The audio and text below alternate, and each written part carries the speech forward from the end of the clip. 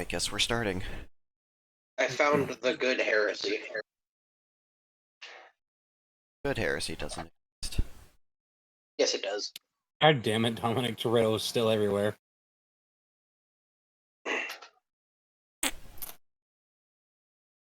the butt plug was so big it realigned the spine and solved the back pain caused by a herniated disc. Chiropractors everywhere start sweating. Did you see that one that's like, why is reverse cowgirl illegal in Alabama? Yes. Because it's illegal to turn your back on family. Because you don't turn your back on family. Let's see, what is this? What? I got a bunch of song names that are Japanese here, and it's the Cheetah Men. Shoot a what? This one.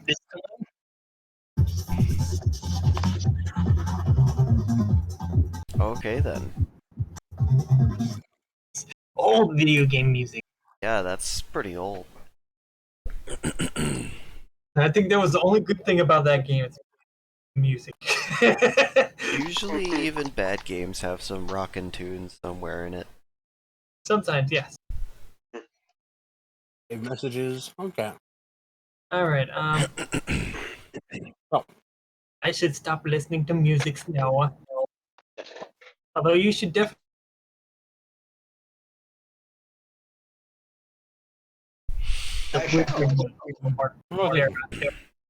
Okay, so quick question for you guys.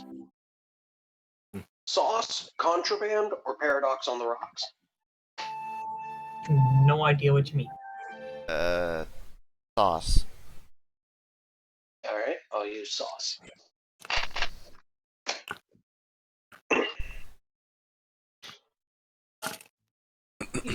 Quick, Gregorian chant.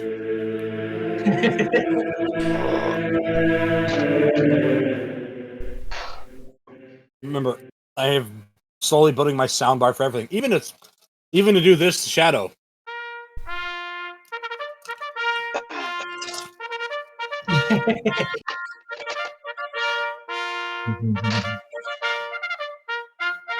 You're welcome, Shadow.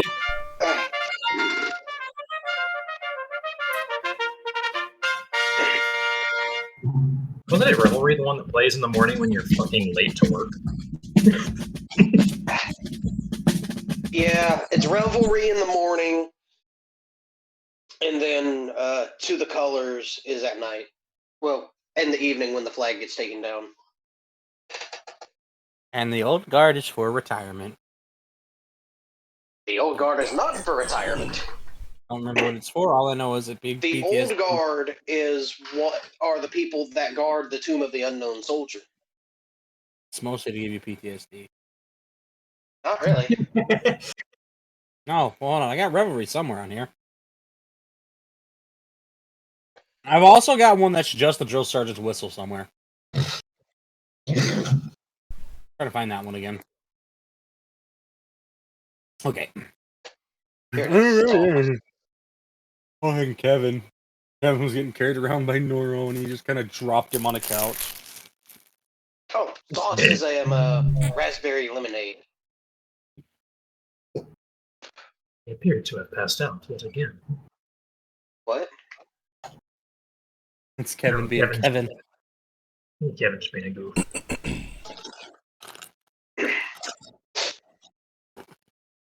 You know you're moving again, but you're also in a house.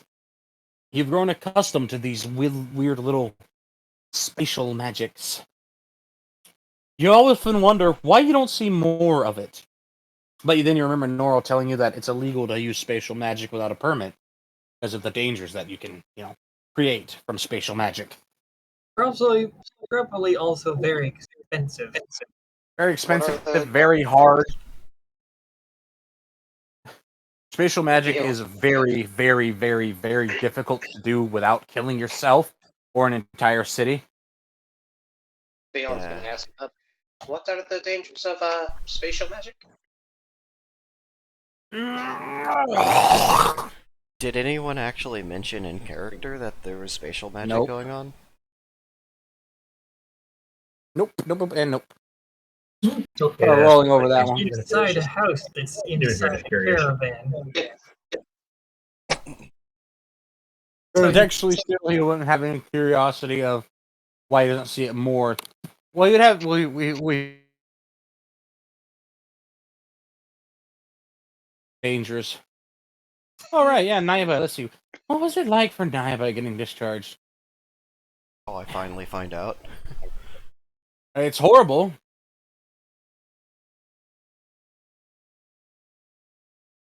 Quite horrible, most because Naiba lost an arm in the war. Well, yeah, that happened.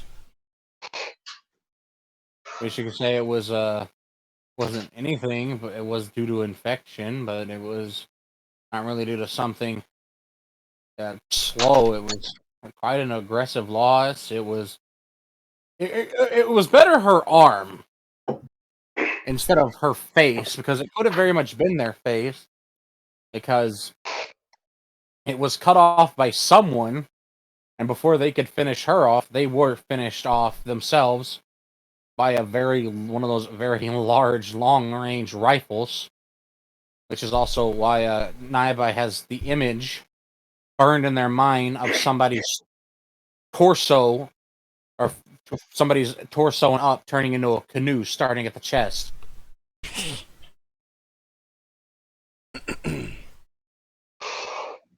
Think like those really gruesome war movies when someone gets shot with a 50 cal and then dial it up a little bit more. That's high velocity and And there was having to spend a few weeks getting treated. Then there was the fact that because it wasn't a life-threatening injury, they decided not to graft her and instead discharged her. And because she was discharged, then there's also the fact that there's not any more of the benefits and such. Because, a lot of soldier contract, unless you're specifically contracted through the royal family and not through which she was, through the expeditionary branches, then you're not exactly going to get any retirement packages. It was an unfortunate event. Been a while. Got sent on the airship, and then got sent via road back to wherever she was picked up from. Pretty, only money she had was really what she had while she was working. It was smart enough to save up. So they basically boned her. Well, I mean, when Naibai lost their arm, they kind of started killing anything that was nearby, so... Oh yeah, Yeah. They don't really tell her about that. That was one of the main reasons that they discharged them. They overlooked the issues there and just chalked it up to a nervous breakdown from shell shock. I imagine that's what they put on the record officially. It's the best thing that they could do. And it was believable considering that entire front line, not just a little bit of it, but that whole front, having getting bombarded by artillery for about 3.5 months consecutively. So that eventually will start to wear down on one's mental faculties. every single time you hear a bomb shell detonate, knowing it could have been you, that would be rough. Well, yeah, that and hearing people get hit by it a couple hundred yards away and seeing some people die to it a few dozen feet ahead of you, and you being lucky enough not to die to shrapnel. The morbid thing is after 3 months, you start being able to just kind of sleep through it, and you grow numb to it, so what the enemies will do is they'll stop. And that really fucks with you. It was on one of the nights that they stopped, is when she lost her arm and everything went awry.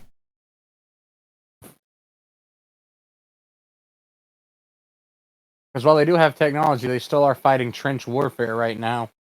Because they don't have millions of Magitech weapons to spread everywhere. So a lot of it's just done with mercenaries and soldiers and their natural abilities that they can muster with their own magic or skills in close proximity. It's quite gruesome, really. I imagine if you're unlucky enough to be in one of the trenches without a mage by your side to resist any sort of earth spells, you're kind of fucked. No, yeah, she's seen Yeah, several probably. people get turned to jelly.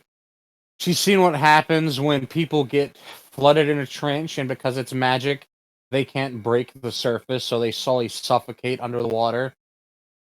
But she's also been on the side of doing the damage and seen a mage fill an entire trench full of fire from end to end, so somebody can, really nobody can escape. Yeah, it's a whole new beast. Oh yeah, war magic, you don't fuck with that. Warfare seems to go through these bursts. When new technology arises and we're not sure how to deal with it, people like to get into trenches. But as soon as we get used to the technology, get used to, in this case, magic, we'll start breaking out of the trenches, using it for movement. Same thing happened with ballistic armor. Eventually, something will happen, and in the future, we'll resort to trench warfare yet again.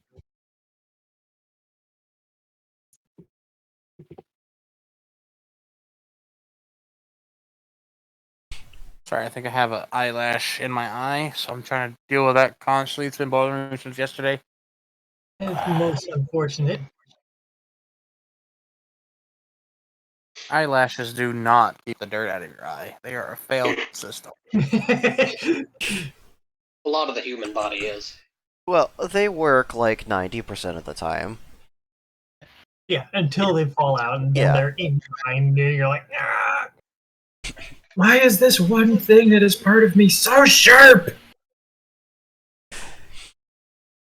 It's just like swallowing water. You don't always do it correctly. Sometimes you just choke for no apparent reason. Pretty Sometimes much. you're just sitting there and you're Or breathing and you sometimes forget you how to bite do it. your lip instead of your food. Right? Sometimes do you'll be that. trying to fall asleep and your brain will just be like, "Are we falling?" No, we're not going to sleep. Please. We're falling!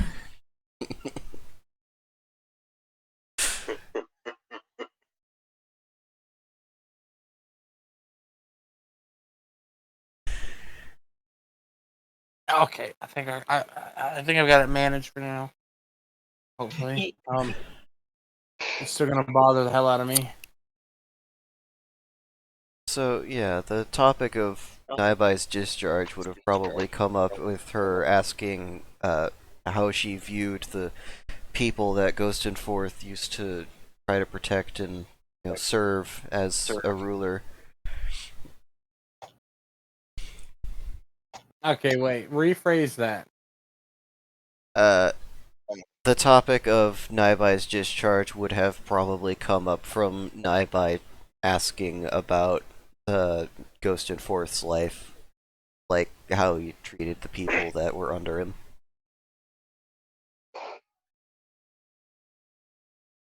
Well, I treated him pretty well. Ruling's different.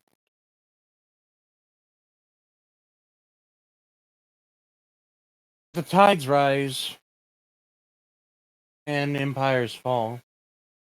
But the difficulty,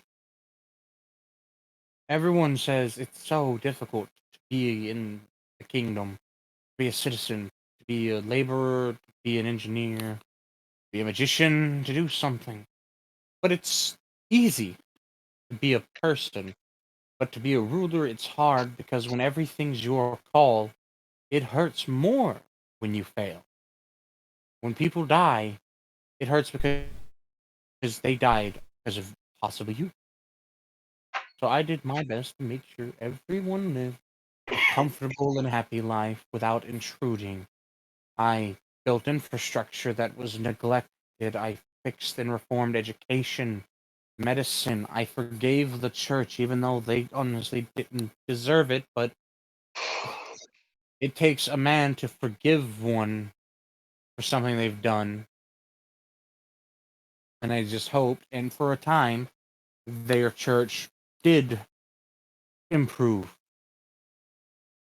And aside from that, agriculture, I secured peaceful land deals with indigenous populations of many a species of what has been labeled demi-humans, which was a term applicable years ago, but has since seemed to have regressed to some sort of derogatory term, which does bring me displeasure. But I purchased those lands with trade goods and rights, citizenship. I signed anti-discrimination laws for elves and dwarves, centaurs, ogres, even foreign peoples, anyone. I tried to make the kingdom something it should have been. I didn't make it something I wanted. I wanted it to be something correct. If we all have to live on one single freaking flat, realistically only good for growing specific types of grain and mining certain materials, chunk of land, then it would just be advisable that it was the best. And that's what I did as a ruler.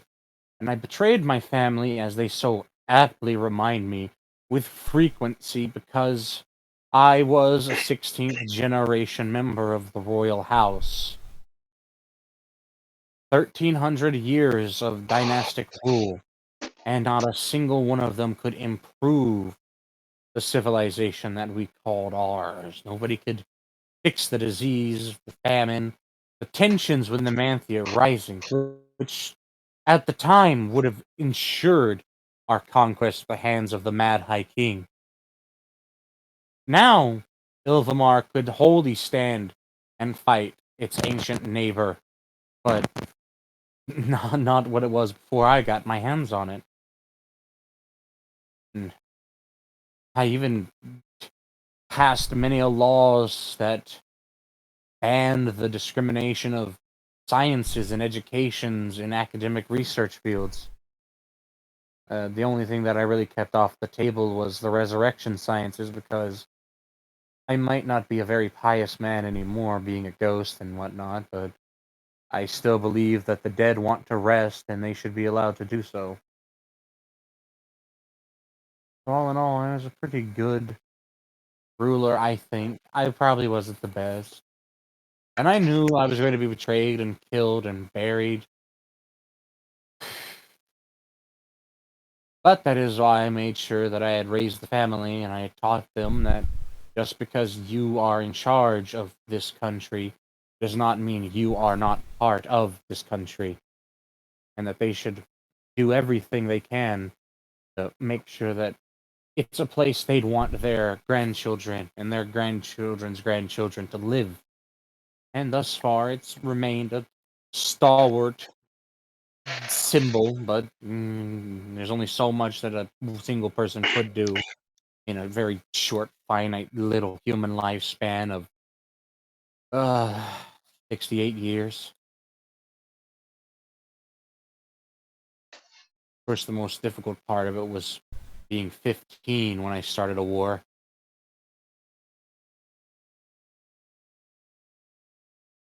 Ugh. I think I was a good ruler. Probably not the best, but at least I did everything. I own hospitals. I'll take credit for that. I basically created the medical sciences that we have now. I was the one who paid to have them built from my own personal inheritance, which technically would have stayed my personal inheritance regardless because I had just usurped my family. You know, that's not important.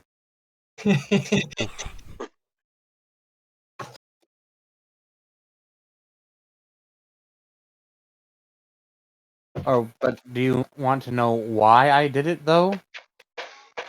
Like a better description of why I chose to do something like that of such recklessness?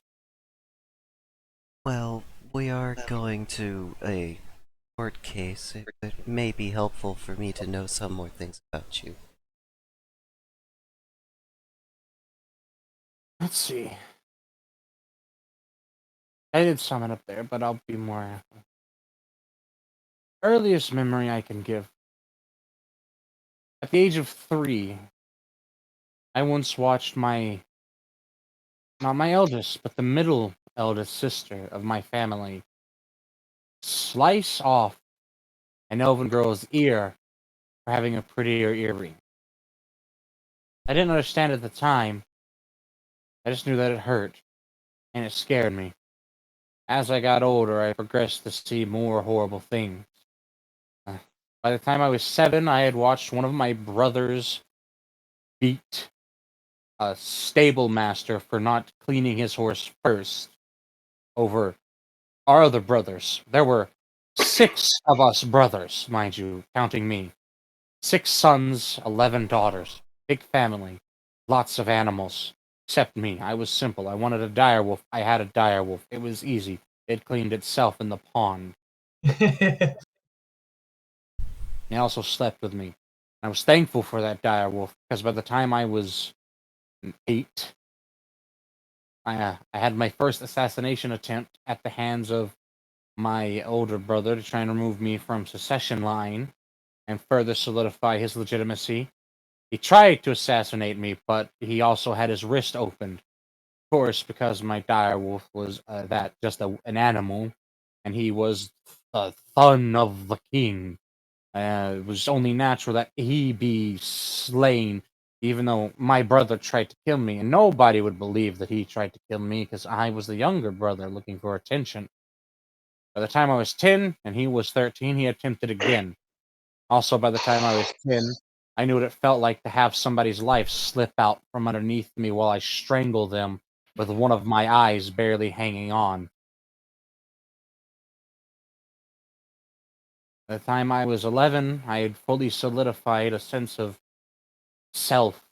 I've come to realize I was the only non power corrupt member of my family, save for my eldest brother, who left a long, long time before I was apparently born, at least 10 or 15 years, because he didn't want to associate with my family either. And my youngest sister, who, rest her soul, was taken with a plague, but at least she never had to grow to see the atrocities of my mothers and aunts picking at the servant girls and throwing carcasses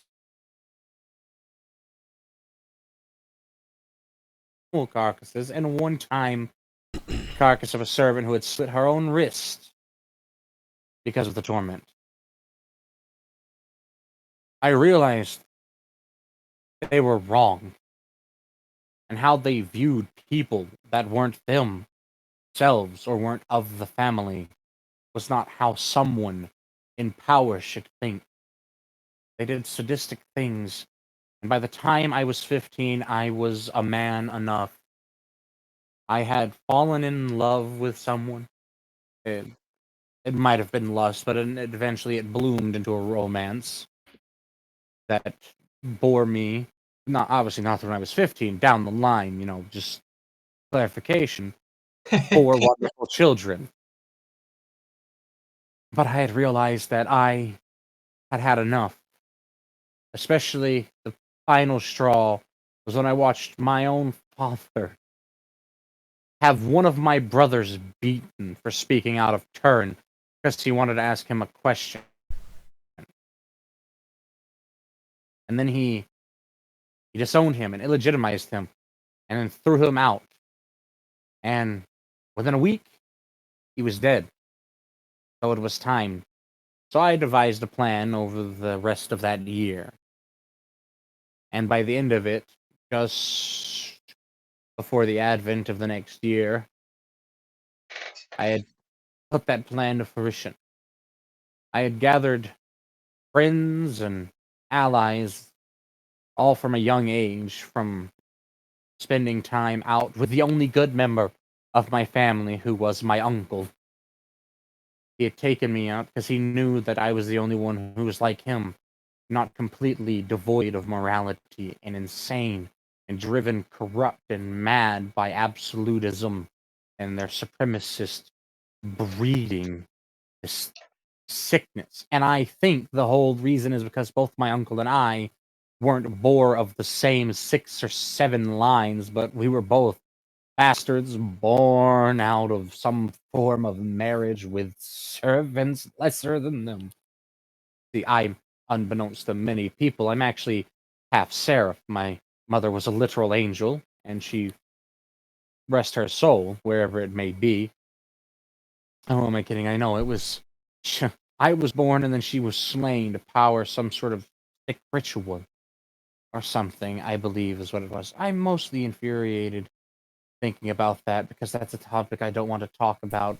What with Familia's side not being something I'm fond of, though having committed 16 acts of it, I suppose that is quite rich.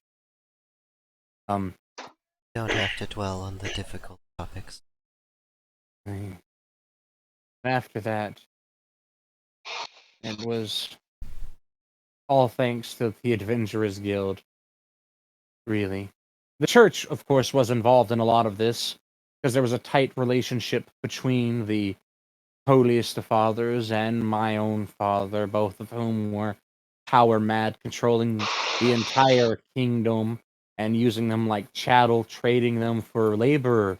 And when their labor could not be provided, they were sent to their death so their souls might be given to the dual god. Whatever idiocracy that was, to think that men and women and children could be traded and bought and sold. It is the most sickening thought, and that is ultimately one of the things that gave me my conviction to usurp my family. It wasn't out of a power grab or because I thought I could do a better job, because I really was the lesser of all evils, as horrible as I may or may not have been at times, by being incompetent without proper statecraft, only picking up what I knew when I could from who I learned it from, who I could trust, that is. Those are the reasons why. And there's so many things that I could mention now that even to this day, while lacking one as an ethereal spirit speaking to an ephemeral being, turns my non-existence be more luminescence for the cruel god's bonfire. So all of the ill were thrown on the tinder and lit ablaze, unable to do anything because they were immobilized from sickness, and it was better this way. The bishop said that their souls will be sent to the cruel god, and he will allow them to his paradise. And then they wonder 5 or 6 months later why there's a mysterious illness. Incompetence, narcissism, and nepotism. They plagued the house for thousands of years. This is before the time of generally known airborne illnesses, isn't it? It was. It was mostly because of the church. It was known in Amanthea, of all places, but Amanthea's always been at the forefront of understanding logical things. They're not as big on magical science as we are, but they do have a complex understanding of treat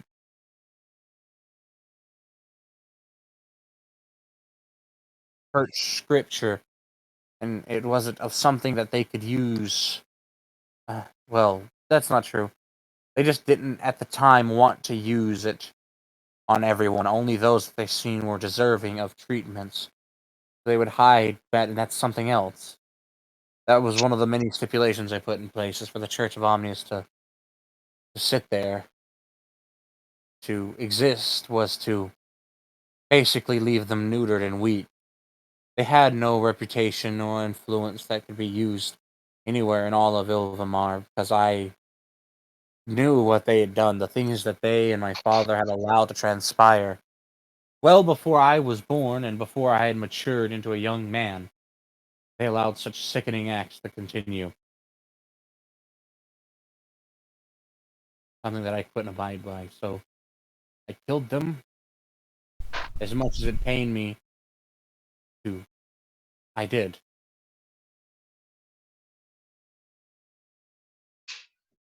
Though, if it is any consolation, I didn't really kill most of my family myself. A few adventurers did that. I was the one who plunged the blade into my father's heart whilst he was mortally wounded to end his suffering.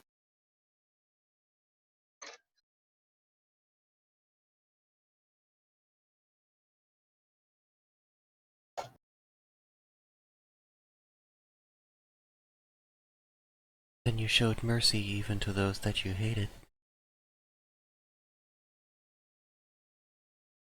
I might have hated my family, but I did respect many of them, no matter what. Even if someone is hated and deserves to be hated, to not show them respect is to treat them as less than who they are, to treat them as they treat others. And that is something I was, and still to this day, as useless as it is, have never agreed with, and nor never will I, is to treat others as anything other than what they are, what they wish to be.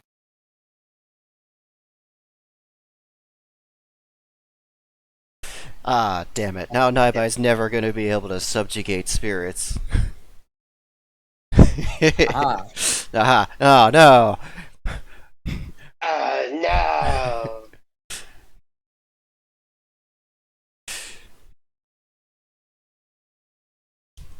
I don't think I Halfway ever... feels invigorated, though. Oh, yeah, of They have course. purpose for Yeah. some reason. Yeah. I mean, it's not really for some reason. It's because speaking of roast and forth, it's audience with the Emperor. It's their own personal little buff that they have permanently.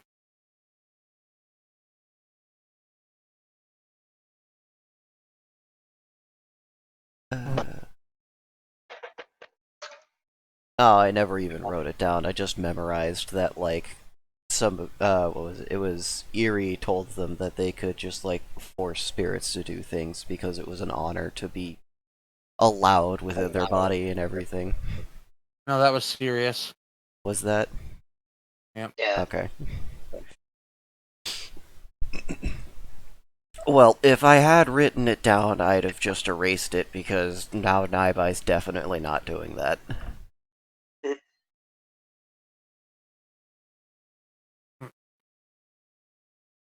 Oh, well, Naibai, ever you have any more questions for the day, ask, because after today I fear that we will be separated.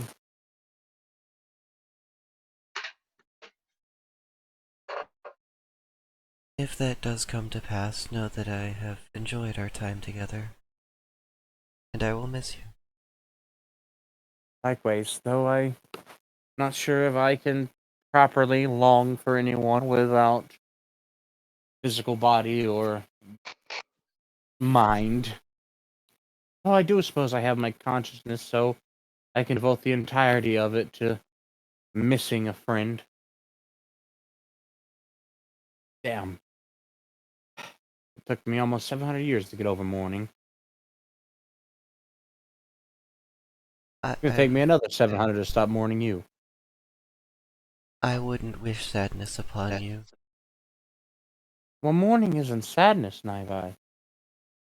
Mourning is being reminded of love having once been there.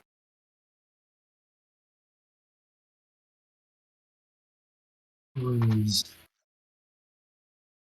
Wait, what you say? It's kind of a bruise. He-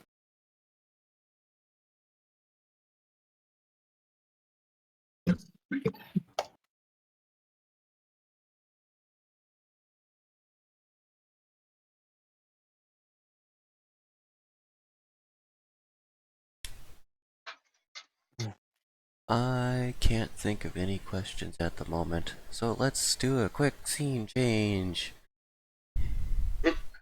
Absolve me of the responsibility to continue along this sad line of narrative, somber line of narrative. This melancholy line of narrative.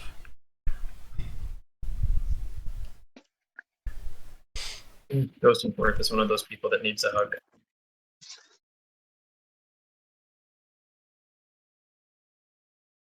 I asked Ghost hug. Rosenforth the First Emperor In the history books, not written by his family or the remnants of his family who try to erase his name, it's Rosenforth is the emperor who bet it all on hope. That's literally his title. The hopeful one, or the hopeful emperor. Pretty well.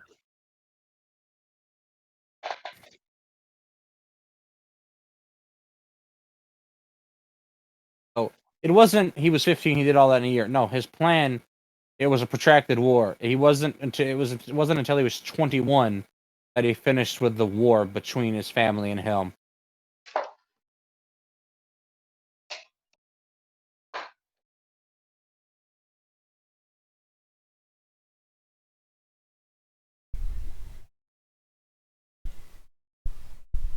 Shadow, go. Okay. What?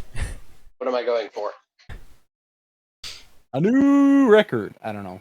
I don't. You're being told to set up more passive-aggressive signs. I don't do passive aggressive that much. Yes, serious. No, it's easy, honey. See? And she'll turn a sign to you that says, "Can she really feel that?" Oh. Feeling. That's not passive aggressive. That's just mean. No, that was serious, showing Shadow a passive aggressive sign. Oh. Oh. See? Yeah. Oh, but speaking of passive aggressive, I do have a couple of things for Pops. Rifle through the stack of papers. Ah, here it is. I need to. Do I have to send him my mail, or do I just kind of give it to you and you relay it to him, or what? What, to send him a message? So, yes, because remember he's having me do like passive aggressive signs and shit. You just post them here, places. Find a building and a person, a demographic. Write something passive aggressive and post it outside their wall or their window or the door. Discount. Yeah, like this one. I wrote for the stand over there that's selling meat down the road. And she'll show the sign. Is it supposed to taste this dry? Oh. Well, I'll wait till night because I'm not sneaky. Well, I can make you invisible, but you might scream. Why? Because you won't be able to see. Then how am I supposed to get around? Well, that's a you problem if I make you invisible. By sound, by feel, by smell, by taste. I don't know. It might be a more concerning visage to just make the skin invisible and leave everything else exposed. I never said what the extent of the invisibility would be, you know. Just They can the literally hide eyes. everything. They can just hide everything but the skeleton and the eyes. That would be awful. Spooky, scary. She's scary. Up in the line. Lock your body on time. Okay, I believe you. Shake in order. Shake your body. Laura's dance is calypso. Left to right is the tempo. Sorry. A good way to think of Randall is he's like a more competent Beetlejuice. Does he also ride around on a sandworm? He does what he wants. Fucking Rand. I was like, well, I was alive. I was like, well, I attended Juilliard's. I just love that. I've seen The Exorcist 167 times, and it just keeps getting funnier every time I say it. You're talking to a dead guy! Okay. Alright, yep. Kevin waking up face down on a couch. Face down, ass up. Face down, ass up. That's how Glyco likes to fuck. Somewhere in the world, whoever the fuck is talking shit about me, I will punch you. Oh, he's changed it. Just Professor? Sorry, children. Anyways, as you can see, the quadratic is this. Wait, what? Oh, sorry, wrong lesson. This is chemistry. I'll do that Everything's about sometimes. quadratic premise He has chemistry. so much knowledge in his head, he'll think he's teaching one class when he's supposed to be teaching another. Oh, right. That's his class. Okay. A, B, C. So as you can see, if you add this word and this word together, it forms a sentence like this. Why are you teaching us English in mathematical notation? It's easier this way. And then he'll be over there in like fucking cooking. Now, you have to understand that area and volume are Why are there letters in math? If you'll let me finish. The rule is you're not supposed to make the numbers more complicated. We had an agreement. He's not. He's making the letters more complicated.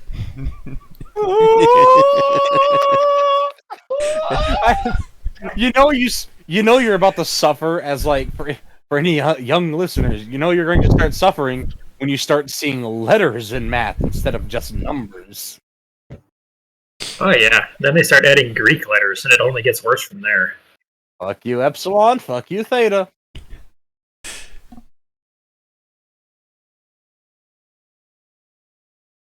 As I used to say, sin and cosine. My dyslexic friend Jeremy used to say, "It's the sing and the co-sing." Sing. Sing and the co-sing, because he read the sinus sing. Me, it's not American Idol, Jeremy.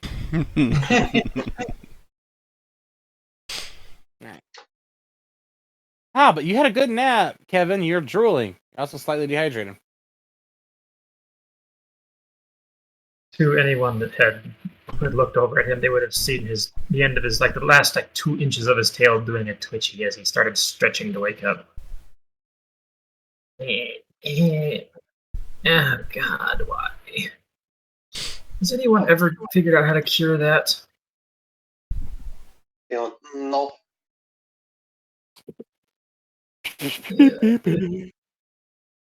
So how'd your rest go? I don't know. I wasn't there for it. What's going on? Where are we, anyways? Oh, we've been kidnapped. And we're being held for ransom. Somehow that doesn't surprise me.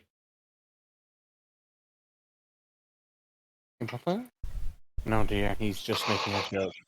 Ah, a queen.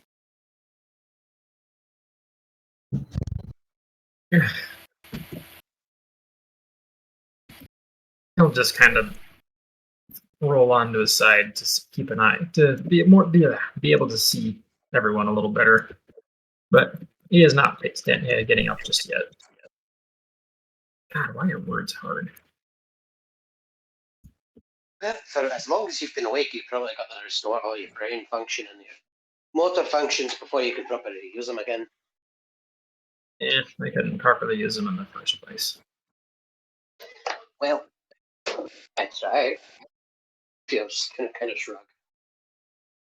Meh.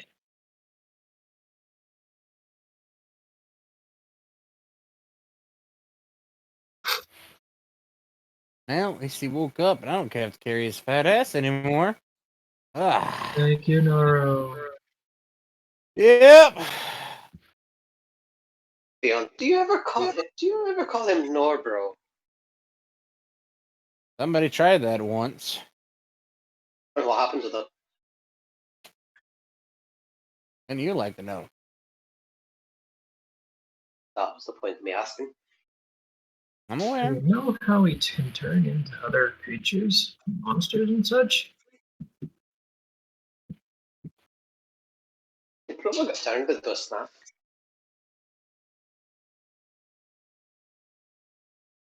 He's missing the point. Very slow Anywho, at least the city is beautiful. on a hamster wheel.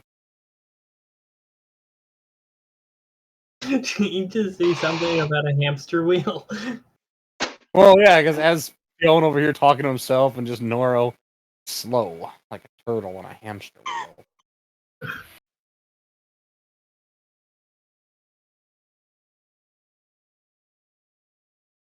It is pretty though. Ah, yes, the capital of Ilvamars. It's fucking impressive. I'm pretty sure the You gold haven't seen. wall called me poor.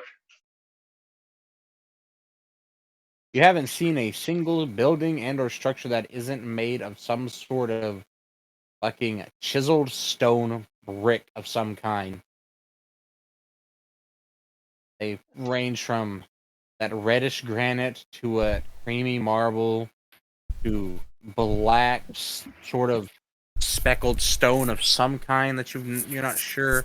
It has a granite-like look, but it's definitely not granite because granite doesn't have this sort of soapy color to it, or rather, its texture. It doesn't have a gloss so much as it has like a Sheen. not really a sheen either. Like a layer of fuzz on the stone. Exactly. Fuzzy stone. Is I that just think moss there's some and power caution going on outside my window. That's weird. Have you ever seen stone that's bendable? please tell me you're lying. Oh, it bends. They even find diamonds in it sometimes. It bends. Yeah, a How little bit. does a rock bend? Its structure is kind of like chain link.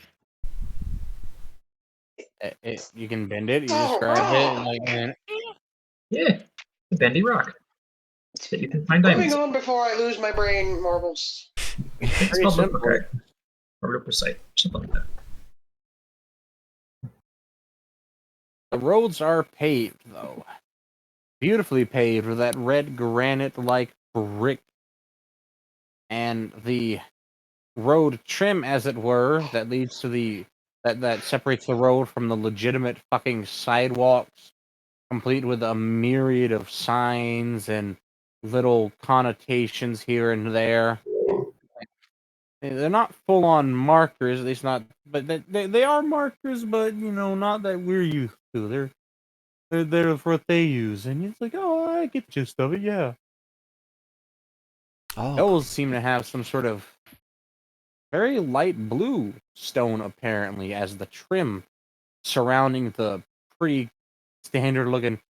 Well, I say standard looking, but it's a charcoal colored poured, some like concrete almost, but not concrete. Also, pardon my dad's noises. It's okay. It's okay. People make noises. Uh, that's what you can see Exactly. outside the windows. The best part is though, it's a smooth ride inside of your little spatially contained caravan here. oh yeah. Very nice. Not a bump or a skip or anything. Like floating on a cloud. Though you do have to come to a stop every 30 or 40 minutes, and you'll hear a dunk, dunk, dunk on the door.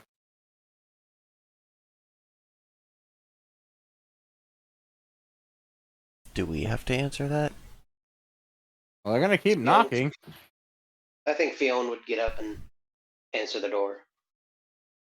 Yes.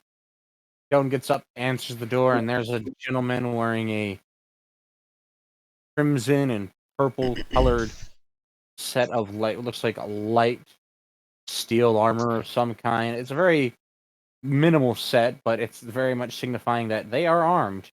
That, and you can see what you can only assume is issued blade on their hip and the shield on their back. Oh. How are Hello. you? Do you Doing well. any of you have, you know, paper? Press release. Uh, Kevin holds up his notebook in the background. I have paper. not that kind of paper. Do we have a Mom. paper for the express lane? Mom, don't be my name. Oh. Right, hold on. Mob will stand his big ass up and walk on over. Why'd he, Fiona will why'd he make get his out of the ass way. bigger? He's fucking tall. Everything about Mob is big. It's something about being in a relationship with a centaur and your butt just gets bigger like a horse. Oh. Here you go. And Mob will reach into his pocket and pull out a little folded piece of paper and he'll unfold it, and this gentleman will grab it. And you can see that sort of lion wolf house symbol kind of hanging off of his wrist as a signifier as part of the guard. Yeah.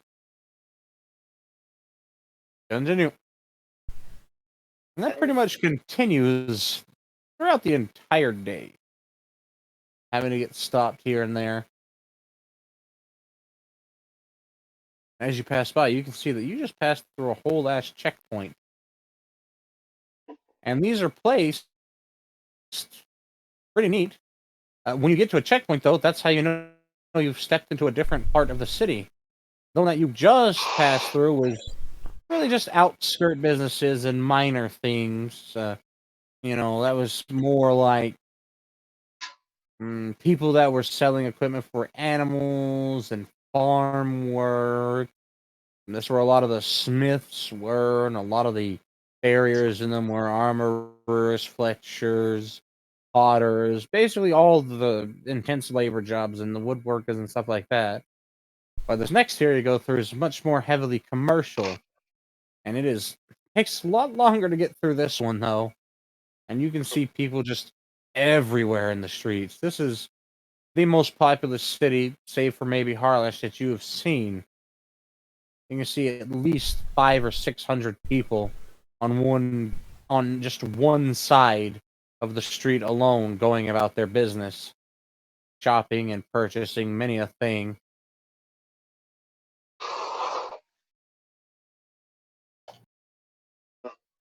While they're riding, I think Fiona would sing a little bit to kind of just keep himself occupied and to hopefully entertain the group. Silence, boy. Do not wish for songs. I wish for bloodshed. What? Don't mind me. I'm just being a gremlin. Did you ever? Say, do we have a bus gremlin or something? Ah! You never know. Like Fruit's fucking gremlin cackle in that video. Ugh. I would have Behind Aaron this. laugh, but he's not here. Hmm. Because I know how much Durg likes my roommate's laugh. He's a goddamn gremlin. He is gremlin too.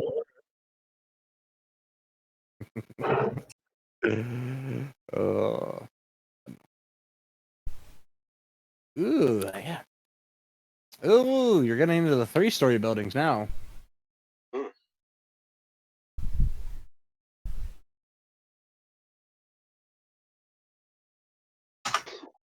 When he's taking a break from singing, Fiona's just gonna. It smells so good, and it smells so expensive.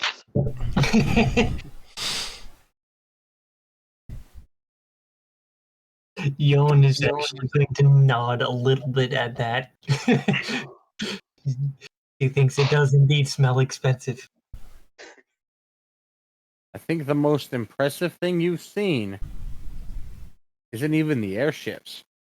It's not the It's, Golden Wall. I mean, that's just the golden walls of the palace. No, shut up. Might be the fact that when you look out the window, you can see some sort of series of metallic like rails hooked up between the buildings. And then you can see a literal fucking monorail just kind of cruising along over the street. Why didn't we take that? What's that? Because it doesn't run to the guild. Fiona, anybody else see that thing on the thing out there? The thing that just went by, which is you. Would they be familiar with trains? They know trains because they've seen them, and Okay, I thought so. they've taken them across where they are. Like they've Okay. taken them from Bangladesh to another city on the continent where they used to live. Because that was one of the few things that Berlaxia actually put a lot of work into, was a developed rail system to get between their little colonies there. So it's like a train, but in the sky. It's a race train. The screen. If you You idiots, it's a monorail. Nope, it's a screen. Evan, I will throw you out of this moving caravan. I don't think And the we're best looking part that is, bad. it will be into a crowd, and you'll be forced to socialize to find your way back. You truly are a monster. I'm truly a monster, huh? I just want Please to come don't up with a clever name for things, and you threaten to make me talk to people. That's just mean. Fiona, Yep. do not poke the proverbial bear, Kevin. Well, bear, whale, warthog, giant spider with fangs 8 inches long. Where Fiona. did I have to go? Yeah, absolutely not on that last one, please. Scorpion wasp. Yeah, That absolutely was not on the spider, please. scorpion wasp is pretty Show him the tasty. spider. He seems interested in it. He keeps bringing it up. I know. I actually did a roll for Fiona, and he is arachnophobic. Always terrified by his aunt Selene creeping around. I was about to say. Yeah, it's like. She's like, yeah, hi, Fiona. Ah, don't sneak up on me like that. Like he loves her, but she's spiders. I don't know why. Hey, just be glad he's not afraid of snakes. Oh, He yeah, loves it's a good spiders. thing Kevin Afraid of her. would be leveraging that for things.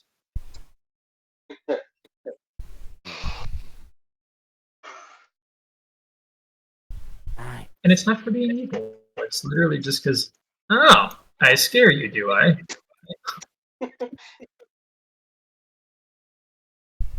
Feeling, oh, what? If I ever get the money, I want to come here and get a good, like, main wash at one of these fancy little barbers.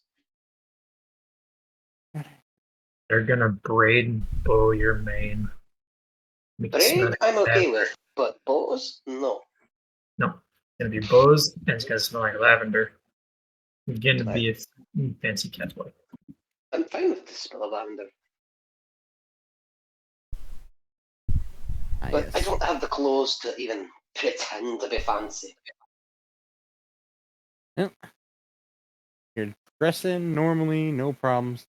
But you now start to see why they call the capital of Illimar the city of gold and red. Built on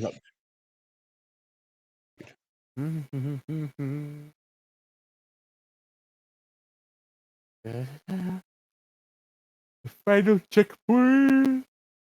The final checkpoint. Yeah. It's the final checkpoint.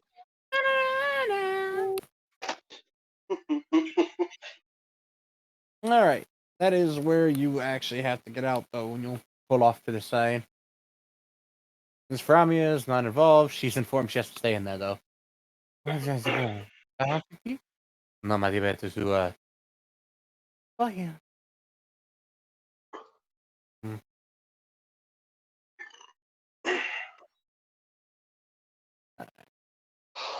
Your envoy had to hastily make their way here in time because they thought you guys are going to be here in like a couple more weeks, not today. All right, we They arrived in everybody- town. Just Okay, right. let's go to the court date. I just see like someone come in his room. Sir. Well, is it sir or madam? This one will Sam. happen to be. Will happen to be.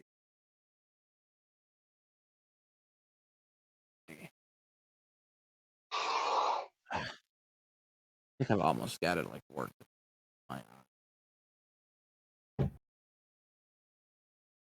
So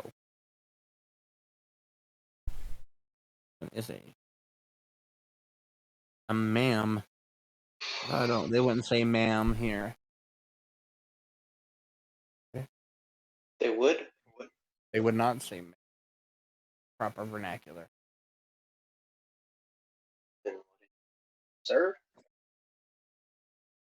Not a sir. Not a ma'am. They are female, but they are neither of those because it's not the proper vernacular. That cat. Don't worry. Okay, cat.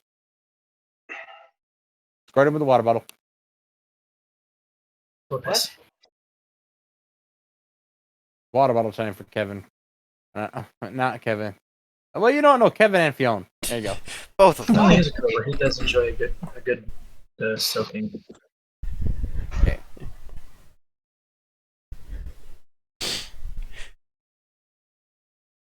Poor envoy, all out of breath.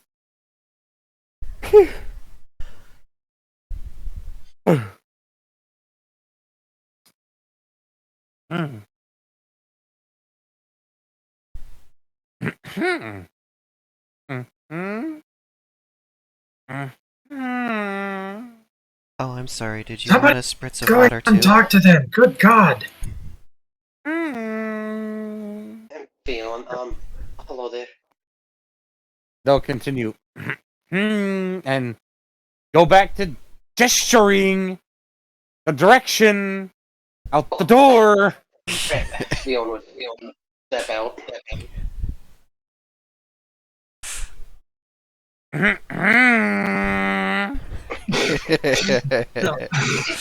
Knife, I will also step outside. Kevin has a passive Tristan Young would follow target. step out and would pretty much supervise as everybody else filed out. Yon is not exactly sure if she is welcome to come along or not, but she does have business there. Yon has to come along, yes. Okay, Looks like we have everyone thing. Okay.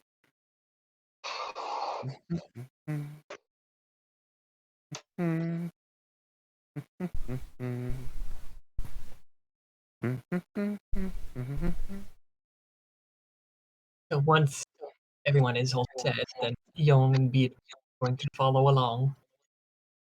Yeah, Fiona would follow as well. This is another inferno. We've seen several of them here. Apparently, there's a couple of them in this city. Okay. Huh. Each city seems to have a specific non-human race it favors, according to the dice. Are there more birds? There's bird people, yeah, but that's just an envoy, though. I know. She. Okay. Ah, yes. That last checkpoint was still quite a walk away from the gates of the palace. And it's only. It's once. Not really until you get closer that you realize how dauntingly massive a 240-foot wall is. That is freaking huge. Yeah. Yeah, it is What's- massive. What is also kind of spoopy is the only holes in the gold wall are just large enough, and they're spaced about every 15 feet, 15 to 20 feet. The only holes in the golden walls really anywhere, at least on this side that you can see, they start at about 20 feet up, and they're only about big enough to fit a crossbow or a weapon through.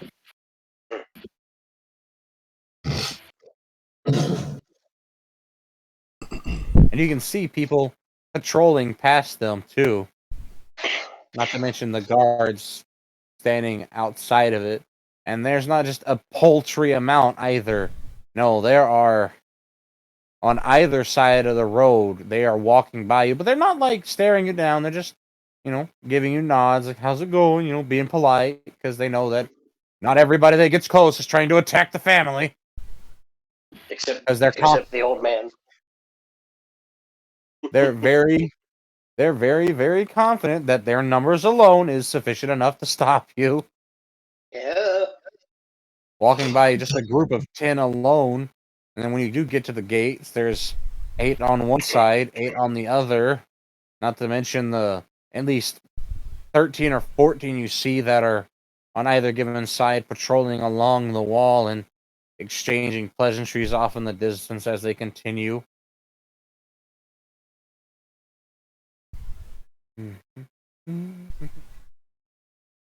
Well, Beatrice, being as friendly as she is, she would wave at a bunch of them. That's pretty common here. Waving is pretty polite. Why are people so nice?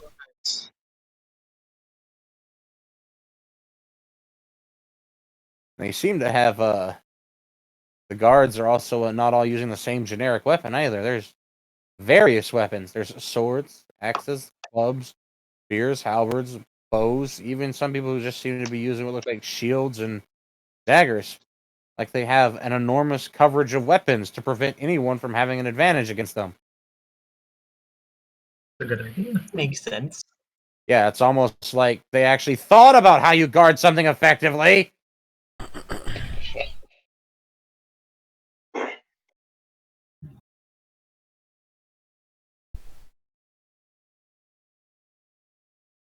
Isn't it? Open. Envelope paper. Envelope paper. I'm in. Never mind. One.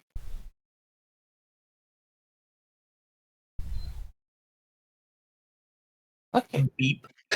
Okay then. An appropriate response. Open them.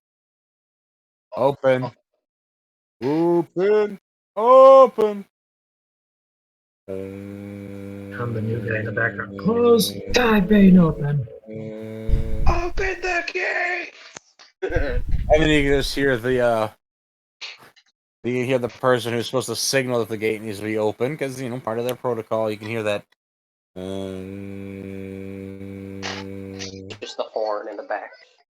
Yep. Without that, they can't open the gates Yeah. because they don't hear that. It means something's wrong, Yeah. and they don't open both at once. Nope, they slowly open a single gate. Just the single. Fair enough. And Took a boy, minute. yeah.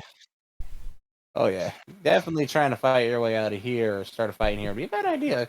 And when you open it, you can see several hundred other guards sprawled throughout the palace grounds. There's even some just walking along little platforms built into buildings, like stables and some of the other nondescript buildings that you can only assume are barracks or storehouses. Not to mention the watchtowers inside the courtyard. Weird. It's almost like having the high ground and as much verticality as possible in a defense situation is a good thing. And now this is where you start to see the disparity in military power between the average raider and a trained professional guard is these aren't bows. You're watching them walk around with rifles with magazines on some of them that are all posted on the towers.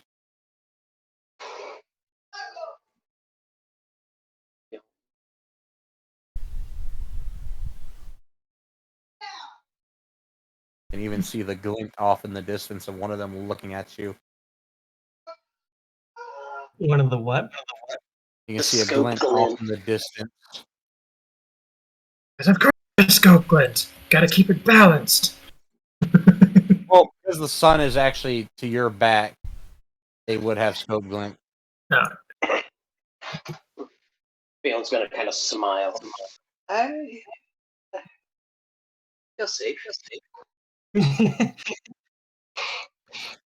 You can see that parked comfortably at the stables is that enormous caravan with the Nemanthian house's symbol on it.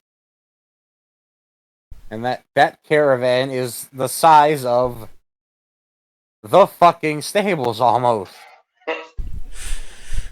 Well then. Jesus. They've been there for God knows how long, but you can still see foot indents from those fucking two as they walked along.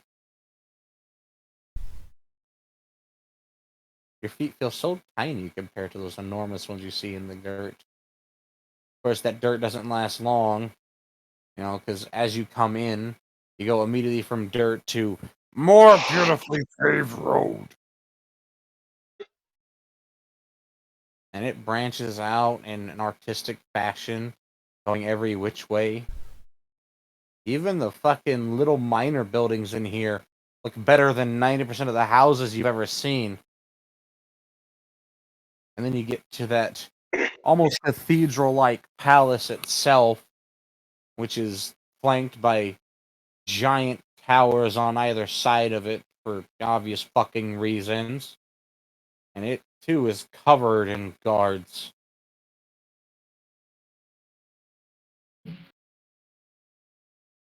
Oh,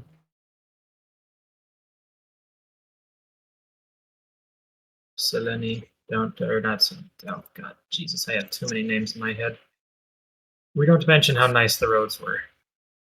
That's just not as a Yeah, no. point of contention. Yeah, Slytherin hates the fact the roads aren't all paved. Oh yeah. She is a shoe snob, and not having paved roads, it gets her shoes dirty, and it's ruined several pairs. You know what? I'm going to let Noro be the one to pull that trigger. You are not going to let me be the one for that trigger, because I'm not telling. Exactly. What are you If you talking don't about? pull the trigger, none of us are. It does not need to be mentioned. Well, forget about it. Because if anybody threatens to tell her, I will threaten one of these random guards with violence. Let it come naturally. I'm just imagining several pairs of shoes in a washing machine just clunking around. Clankety clanky. That would be pretty funny. Clunk. Dryer. No, the dryer is more like. It's a high-speed magical dryer. It spins at like 60 miles an hour.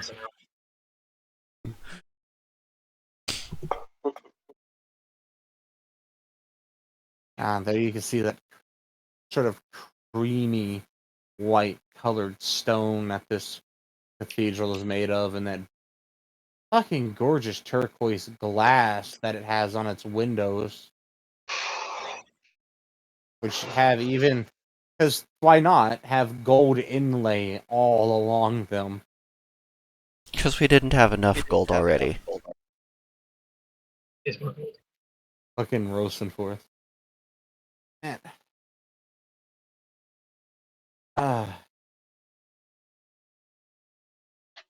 I'm not sure if I should be impressed or if I should be angry at the amount of extravagance they've managed to create in 700 years. Aghast. Who said that? Was that Ghosted for? You can't hear him, but yes. No, Yeah. I was asking, what's that Ghosted for? So I know Yeah. to reply. Okay. Aghast is an appropriate response here.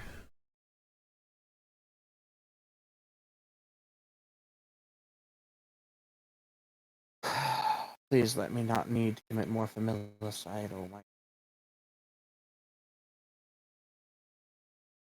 For the higher power that cannot have anymore. Alright. Into the breach. This way, please. This way, please. This way, please. This way, please. Beatrice and Young would follow, of course. Leon would be following along behind. Pick up your robes, first door on the right.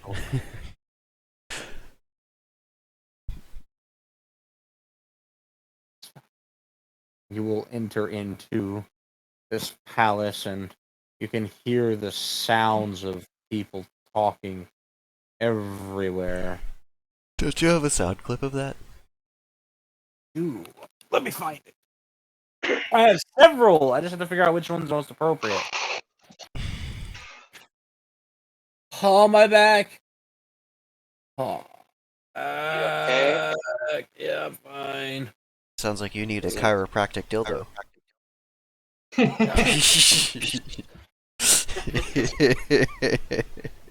Was it this one? Let me see. I'll call it the chiropractor.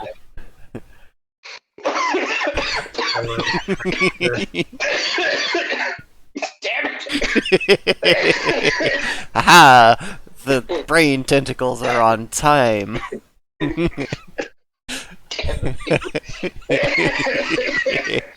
I knew you were drinking something. Knew I was what? Drinking. I'm not drinking something. I was in the middle of, I was in the middle of hitting my vape. You're Well, supposed to breathe that, not drink it. God. Shut up. oh, it uses the same muscles.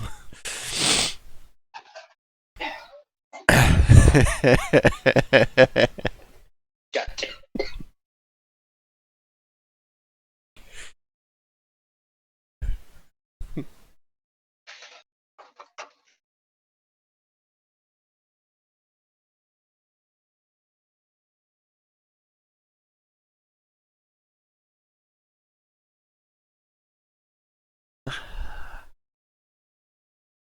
I could, like, realistically see that being some kind of perverted medical device, though. Just like a reverse G-spot wand with, like, a paddle that extends between your cheeks and along the small of your back to just, like, force your spine into alignment.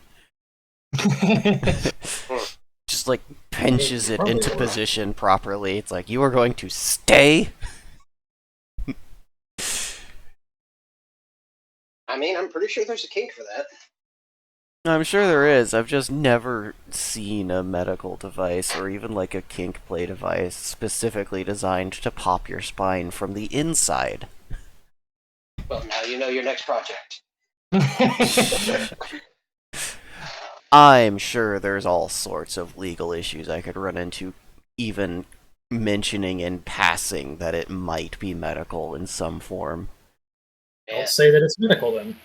Well, it's specifically designed to separate the fucking bones between your spine, so, like, I'm pretty sure I'd have to say somewhere that it fucks with your spine. Yeah, but don't say that it's medical and it'll be good. Look, if even the fucking... what was it? There was this platform that you would strap your ankles to and, like, flip upside down, and it, like, just the weight of your own body stretched your spine out. That had to be considered a medical device.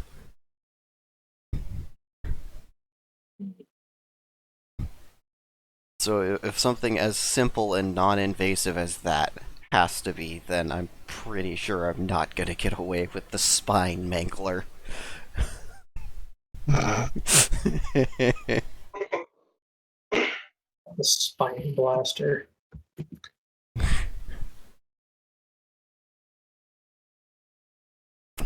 Plus, I'm also pretty sure, like, 99% of people are more interested in making the bulge go the other direction. Alright, so Can you this is flip what I have it to do around? because I can't find the appropriate sound clip. So here's some BGM! Pretty. Woo! Yeah, hold on. Who was this one by? Let me cite them real quick. Give them a shout out.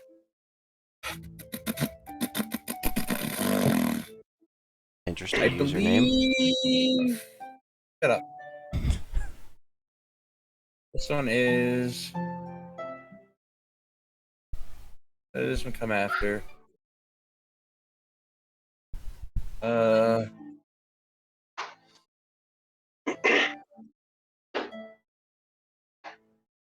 I'm not sure because a lot of these citations that they gave me on the site, they don't have the names of the tracks themselves in Oh. them. They have, like, I guess the names of the posters. Well, maybe the poster made it. Yeah, but I don't know because I've got several of them, several citations that I had specifically so I could cite them under Creative Commons, because to be, not to be a dick, because I don't want to be a dick and be like, yeah, I found this and it was totally me. No, I found this on Chuzik and it's awesome. I think this is, I know it's Adventure, but I think it might be by Darren Curtis. Well, the No, important this is part is that Adventure you by tried. Alexander Nakarada, Ah, I think. well, even if you're wrong, the important part is that you tried and you shouted out two potentially awesome artists. Yeah, here we go. Yeah, this is Alexander Nakarada. Awesome dude. SerpentStudios.com. Check it out. I was listening to stuff the other day. That's nice. All right. You There's your see, BGM. YouTube? That's how you do a sponsor segment. Not sponsored. All right. No. Hashtag Okay. not sponsored. Dude, I wish. I love music. I love Fuck. music. I love choose. I just like music in general. Okay. You are kind of stopped by your little envoy at the door, and there. None of you have anything else to wear? Does Nightbye still have the fancy clothes? He does. You also have your fancy clothes you got from Mons. Or Nightbye Mons' would place. Oh. probably have changed into that on the trip over here. Yeah, Yeah. in that case, yeah. I was gonna say Beatrice would have changed into the fanciest clothes she could on her way there. Yeah. I'm sure they're still not nearly fancy enough. Kevin And kind then of you does don't still have to never do- made Mage Lord robe, so that's extra super ultra fancy. Yeah. The only one who's getting bows and nodful or respectful nods is Yon. The guards will pass them and Malish and continue on. And she'll give light little bows and nods to them in return. Wait, my liege?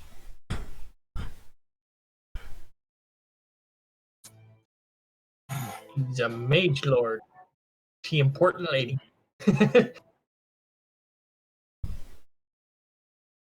My lady. Well, it's fine. Your clothes will be fine, I guess. It'll make him happy and probably calm him down so he stops raving. This way? Is Well, Kevin just kind of poofs into the nicer clothes from Monza's place. / follow select target.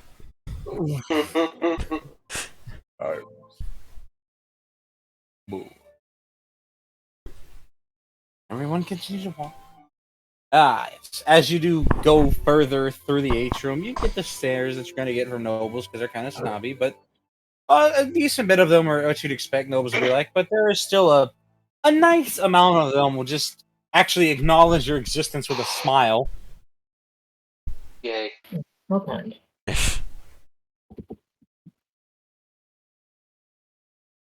That was good Well- job, Alexander. Well, Naibai, not being one to turn away from a challenge, will stare confidently forwards, and whatever they feel the eyes of the others on them, they'll look back at them. And if they smile, they'll smile in return.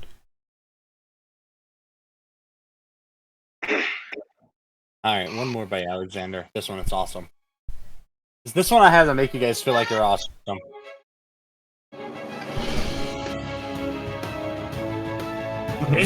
But we haven't won the court case yet.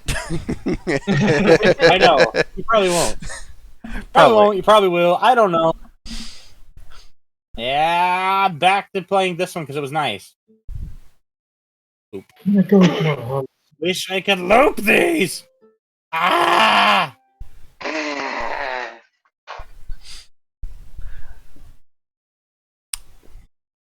Hold on.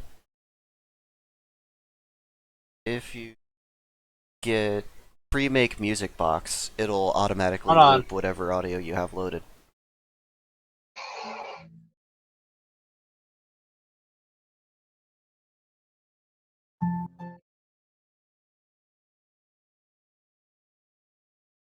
Let me find that one again. Let me try something.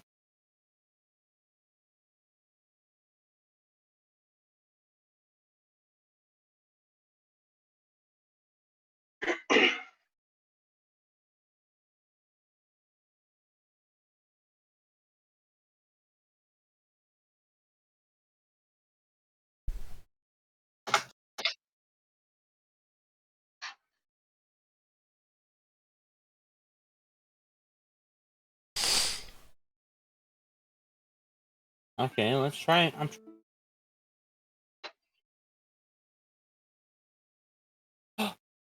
Guys, Did you figure it out? I think so. Was it a checkbox that said loop audio?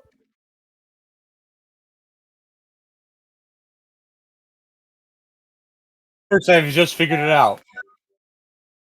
I hope I did. That made me so happy if I did. Okay, you'll continue your phase through. And there's obviously plenty of though there's always nobles at the palace trying to earn favor. And you can see, because you'll remember, especially once you see one of them, you do see somewhere standing in the crowd, as if they're having a conversation with another gentleman, in which you can only assume is their equivalent. Their own level of fancy armor is one of the chevaliers in that light blue, white, and silver colored armor of theirs. And they're talking to basically their mirror, who's in a majority gold and crimson armor with deep purple accents to it. And it is uncomfy because they both have those three it's three neutral colored, should I say, question marks over their head.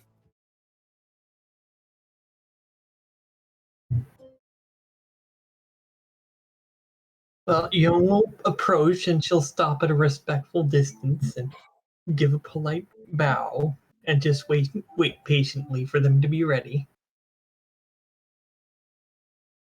Yeah, and it also been follow suit, not really inclined to, not entirely sure of the proper procedures. I can just imagine Yon's tails just slowly waving about. Just like a myriad of tendrils. How lurid. Look, there's even non-humans in the nobility. You can see it looks like a Kitsura couple sitting there talking to people.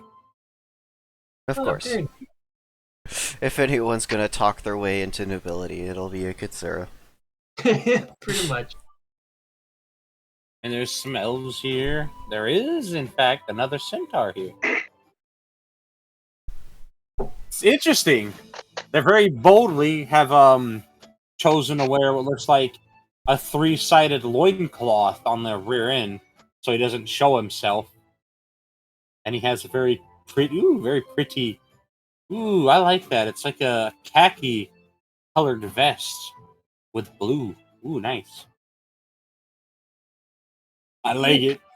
Fancy centaur will make me have the fappy brain chemicals.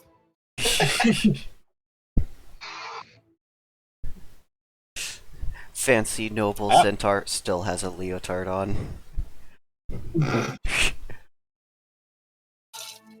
They're being very modest, not wanting to show off their gigantic testicles.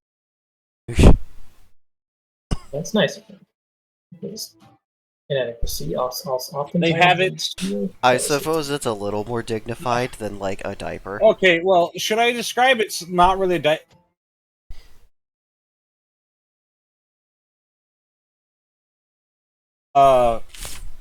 they've basically made it into couture to wear rather than to wear in a battle.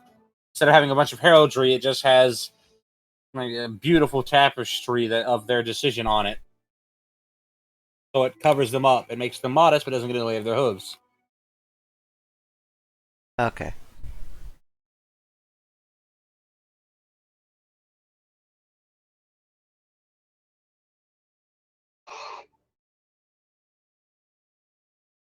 Okie dokie.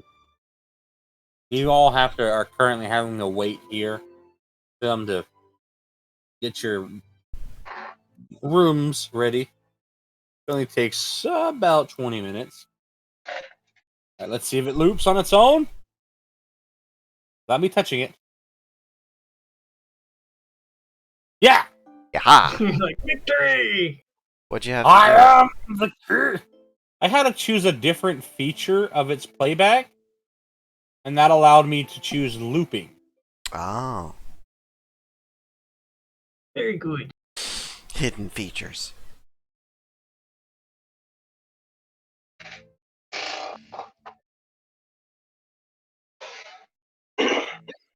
There we go. Yeah. Okay, so I guess they just left us here. Mingle? Mingle amongst yourselves. Wish. May try to talk to a noble whilst they do that. Hmm. Oh, we do have a charisma score. Naibai has not put any points into their charisma. So I don't think they're gonna be trying that. You are so thankful that Ghost and Forth is there. Naibai will attempt to not appear crazy talking to themselves. Shh.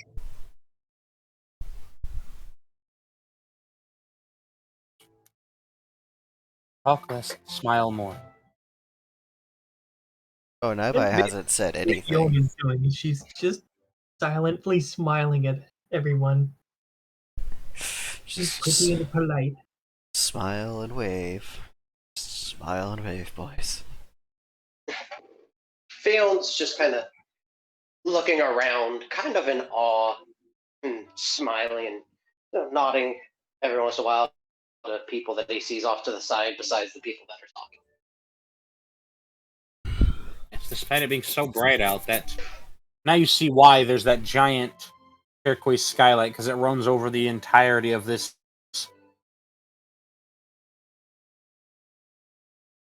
A nice little fountain, as it were. Please don't stick your hands in it, by the way. That would make you look so stupid. It's there for decoration, not for you to play with.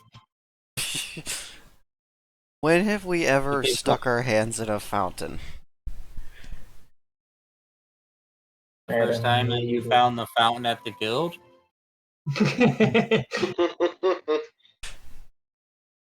Well, Anyway. Beatrice is going to admire the fountain from a short distance as she waits. Yes, you're between the two stairwells that lead up. I suppose Naibai will give them some company and look in the waters to see if there's any coins, from a distance, looking with their eyes. You can approach it, since people have approached it, and there are even people who have their drinks sat comfortably on one of the larger surface areas of it.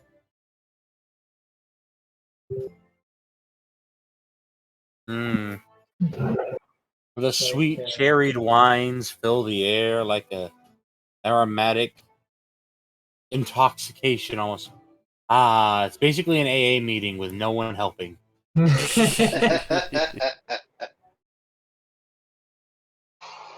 Hold up a wall with that roll.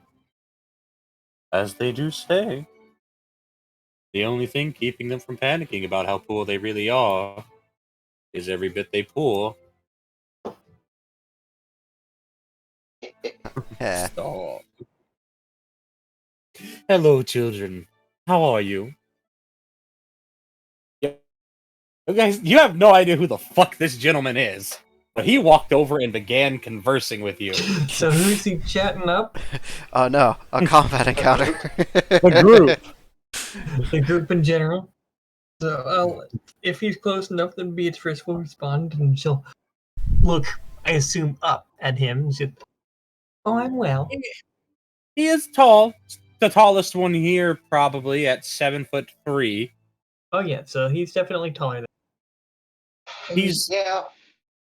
wearing a nice, very, very pretty black and white suit. Ooh, nice.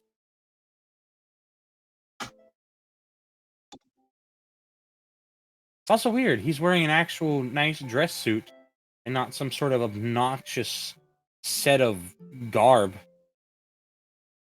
So after she responds, Beatrice is going to ask him, and how about you? How are you doing? I'm doing wonderfully. Thank you for asking. Though I'm always doing well, I suppose. Especially financially. So He just came Beatrice over is here to going brag. chuckle. I'm not like them. But don't worry, I'm not here to judge you and get a measure for your mark. No, I just wanted to talk to real people for a little while. You know, before you get carted off and spirited away to some unknown treacherous point of the hall, be judged for something. Pleasure Why to does meet that you. I'm, do? I'm feeling. Lead the plan. Did any of you bring any of those little snack cakes from the caravan? Fionn might have. You'll all. This is just something that'll come up eventually one of these days. Remember, this has popped up before because this happened at the beginning. Remember that prepackaged thing you had at the very first beginning of the campaign? It also had the same logo. This is just some interesting world building for you. It had the same logo as those little prepackaged snacks you've been eating, and it's of the Star Corporation with a very smiling gentleman on the front. Is this the gentleman? It started to click for anybody that would remember it. Fionn, wait. Oh, Hmm. you're the one. You're the gentleman that owns the carriage. Uh, I'm sorry. Forgive me.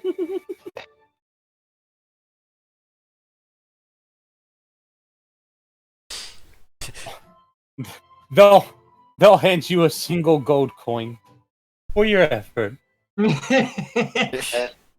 Thank you.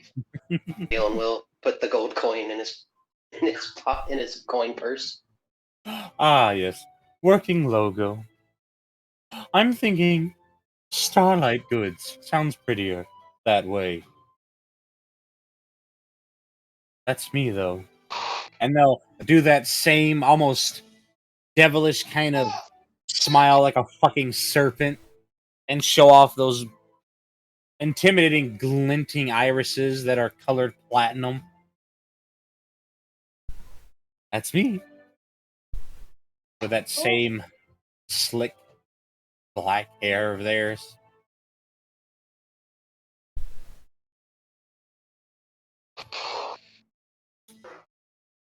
Well, I suppose that's all the time I actually have. Here comes your envoy. Ah, not a lot was said, but I feel like we've grown closer, children. Remember, when opportunity knocks, it's best to answer.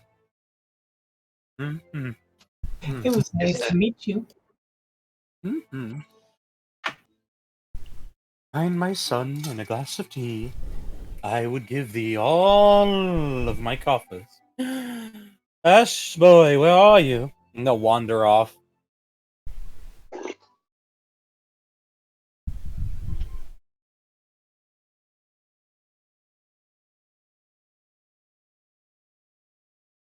I like the BGM looping. It makes me happy. The brain chemicals. It's very So much happy brain juice today. All right. Yeah. This one of those random encounters that can happen, I guess. And you don't got a gold coin out of it. I don't know how random it is. Maybe like geographically random. Like I really doubt we'll run into that person again unless we go to another like fancy high class location. You never know, all right? You never know what you'll run into. So you're saying as we're walking through the castle we could just end up encountering a troglodyte? A literal troglodyte. It could They'll happen. just like scuttle out of a vent, see you, scream, and then go back into the vent. Wait, you know, walking into a flashbang trap randomly in a hallway isn't random, or isn't random, but a troglodyte is. Please no for more flashbang traps. Flashbang traps, got it. Hold on. Ow! Max volume. Ow! Oh, max volume. Let me deafen.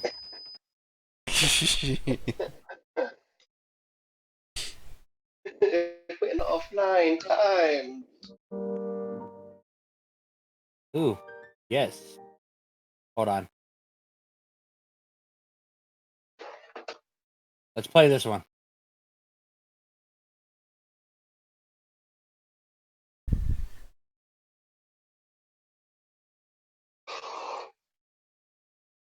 Need more flashbang. No, it does not need more flashbang. It's 13% more flashbang. You 13% more flashbang.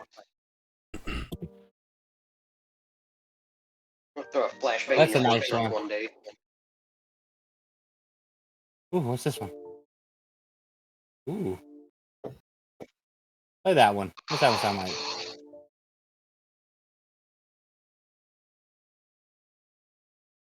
Ooh. We'll save that one. For, I don't know, something.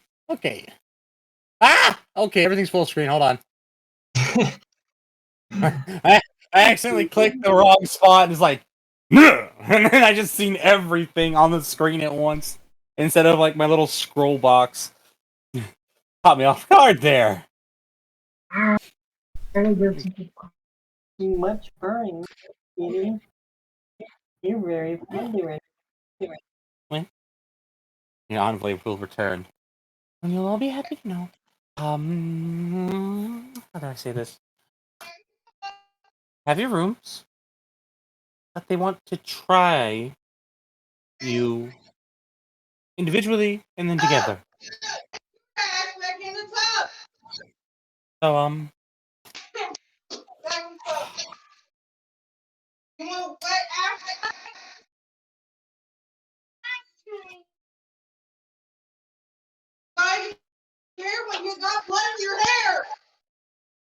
get them outside, please. I'm in my room. They're in the living room. Alright, The help is arguing again. it happens. So, children, you'll be shown to your room. No, I don't know what you call you. Gentleman's Nora, Gentleman Kevin. You'll, be tried separately. Well, not separately, together. But first. And then they'll move down the list. And then, after that's done, Madame Young will have to give her, her testaments to, legitimacies. But the main thing, however, is Ms. Naiva here will have to be taken elsewhere, so they might separate the spirit currently clinging to her. Understandable. Yes.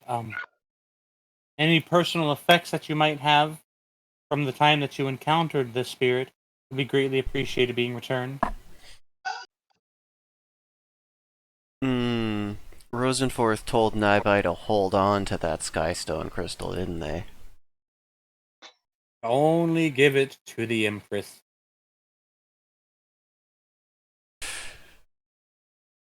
Hmm.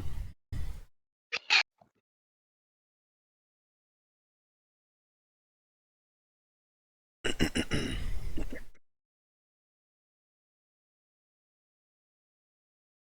very confusing timeline. What? Naibai will think about it for a second and then ask, "What will happen to any possessions I hand over?" It will be examined and then properly taken to be. What's the word? Held? Maintained? As evidence? Put in the vault. And examined at a later date. Though if they're relevant to the trial, which it probably would be, they'll be put into the trial.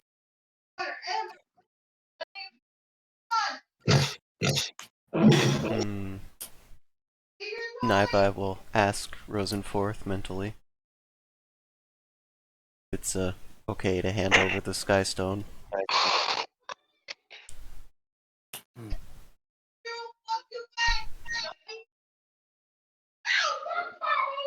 I think it is. But not to them.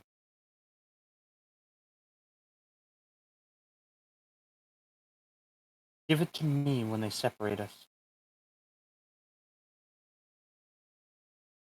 Old Naibai will just transfer it into Rosenforth's inventory now then, so that it's not a lie when they say they don't have anything. That's true. There is some meta bullshit going on when you do that, by the way. It's an inventory within a special sub-inventory of your inventory that's inside of an inventory that is the world. Look, you can give things directly to NPC followers' inventories in pretty much any video game, so if that NPC is within you, then you should be able to do that without anyone noticing. But it's a ghost inventory. It's not that you're giving it to a tapeworm. God. The tapeworm has the inventory Sapient at tapeworms. No. Okay, well, Naibai is going to do that trickery just in case they have like any sort of aura of lie detection, and then mention that they were just curious and that they don't have anything to hand over they think would be vital to the trial. That's fine. Yes, this one. I can loop you. I will loop you. Yeah, looped, bitch. I'll loop you good. I'm looping everything. Call me the looper. Give him the loops. Give him the loop. Give him the clamps. Clamps. Who are you? John Zoidberg. I love Zoidberg. John fucking Zoidberg.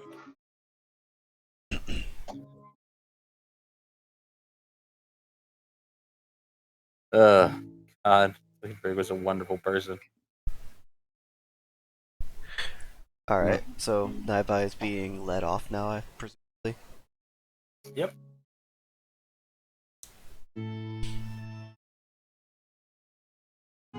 Yeah, of course there'd be string instruments in this place.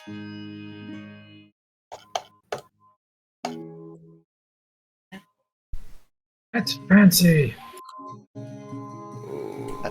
Fuck! I don't know how you did. I have no idea how I didn't mention him. Mons would be here. Oh, yeah, you mentioned him a couple of times. Wait, Mons. Yeah. It was his property. He's technically involved in it. Well, They have yeah. They'd have to get every piece of information they could, because if any of this doesn't hold up, there will be war.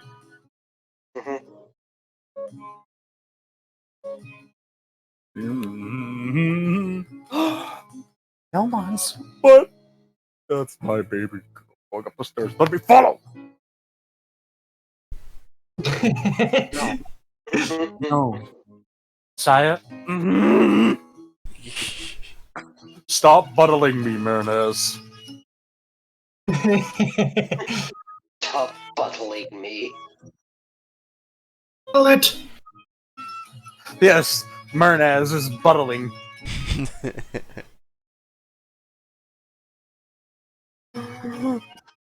Just in the distance. I guess I don't get to hear it. Waving excitedly at the sight of Mons. Leon would wave as well. Oh, look, it's Mom's. He Uh, would wave over as well. However, would probably, since she's waiting her own turn, she'd probably hang out with him and kind of make small talk and such. yes, Mon's waving. Doing this, he's doing this little gesture with his hands, and then you can see Bonnie look around and then do the same thing back at him, and then a thumbs up. Yay, yay, yay. I'm happy. Oh, hello. Ron. Hi, how are you? Oh, I'm doing well. I had a bit of a rough experience a little while back, but I'm doing well now. It's Oh, but I'm sorry to hear that. no, it's just all in the line of work, I suppose.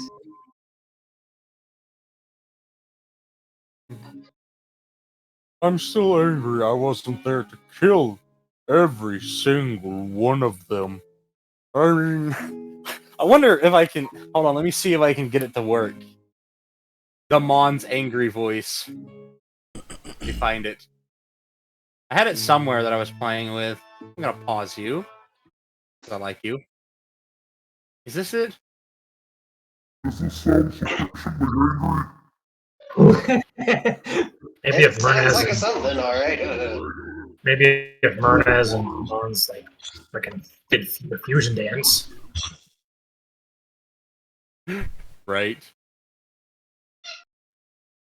You never What know, the they fuck might was be that? able to. What was that? Ah! In the background. Who yeeted the That baby? was... I'm gonna eat the baby. Hold on, I gotta find it. I know I got the Mon's angry voice somewhere. I gotta find it though. I will find somewhere in here. Where did you go?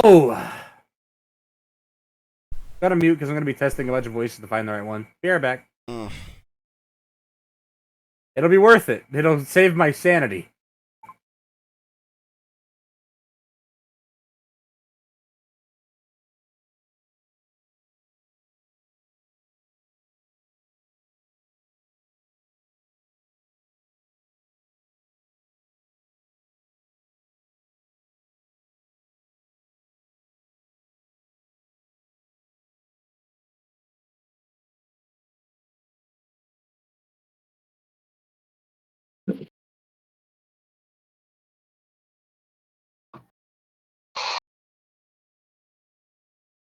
Commonwealth is a dangerous place, but tends to get considerably more dangerous the further south you travel. For some reason. Anyway,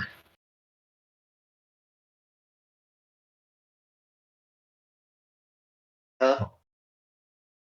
something about a nuclear winter.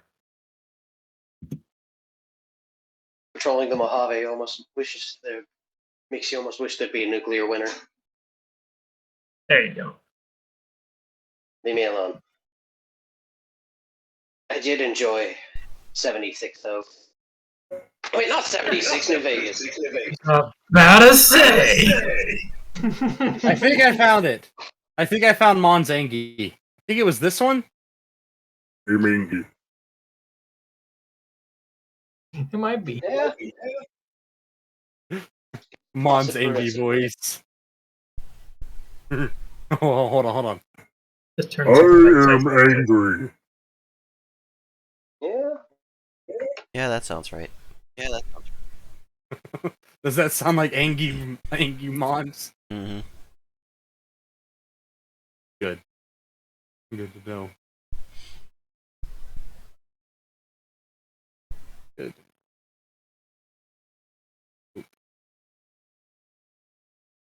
But don't I have the Cunty AI voice somewhere?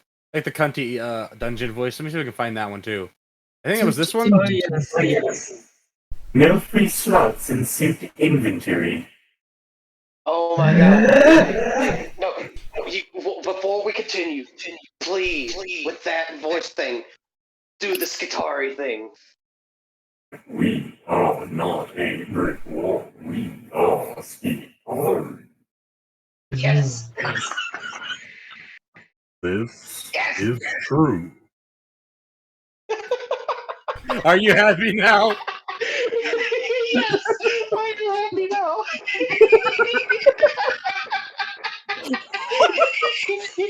I'm sorry. I didn't mean to break him.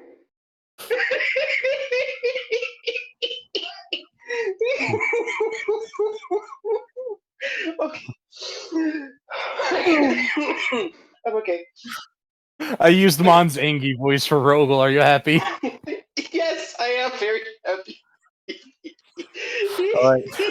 Boy, I do not wish you to read this. You're not going to become influenced. No, moving on before we get more off track, please. And before I die of laughter. Shut up, Rogel. No. Yes, Mons progressively getting angrier in the conversation. I just want to tear out all of their spines with my fingers, inch by inch, while they're screaming and conscious and awake, being perpetually healed, so they can never die of blood loss. So I have the infinite pleasure of turning them inside out.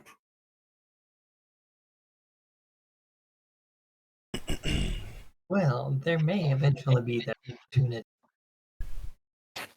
A circle has cleared around Mons. Nobody said anything. Everyone just scooted away. Alright. I am not at all pleased about them harming my children. Hmm. They said So- the ever so slight purple tinge around the edge of her eye. You both need to calm down. It'll be alright. I'm sure. I just want to cram some more mud in that bitch's eye. Her obsession with fire is really obnoxious. I imagine I would not enjoy that experience at all.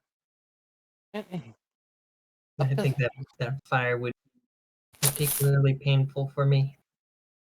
Alright, the only one who's down here able to talk to Mons now is the Yone, excuse me.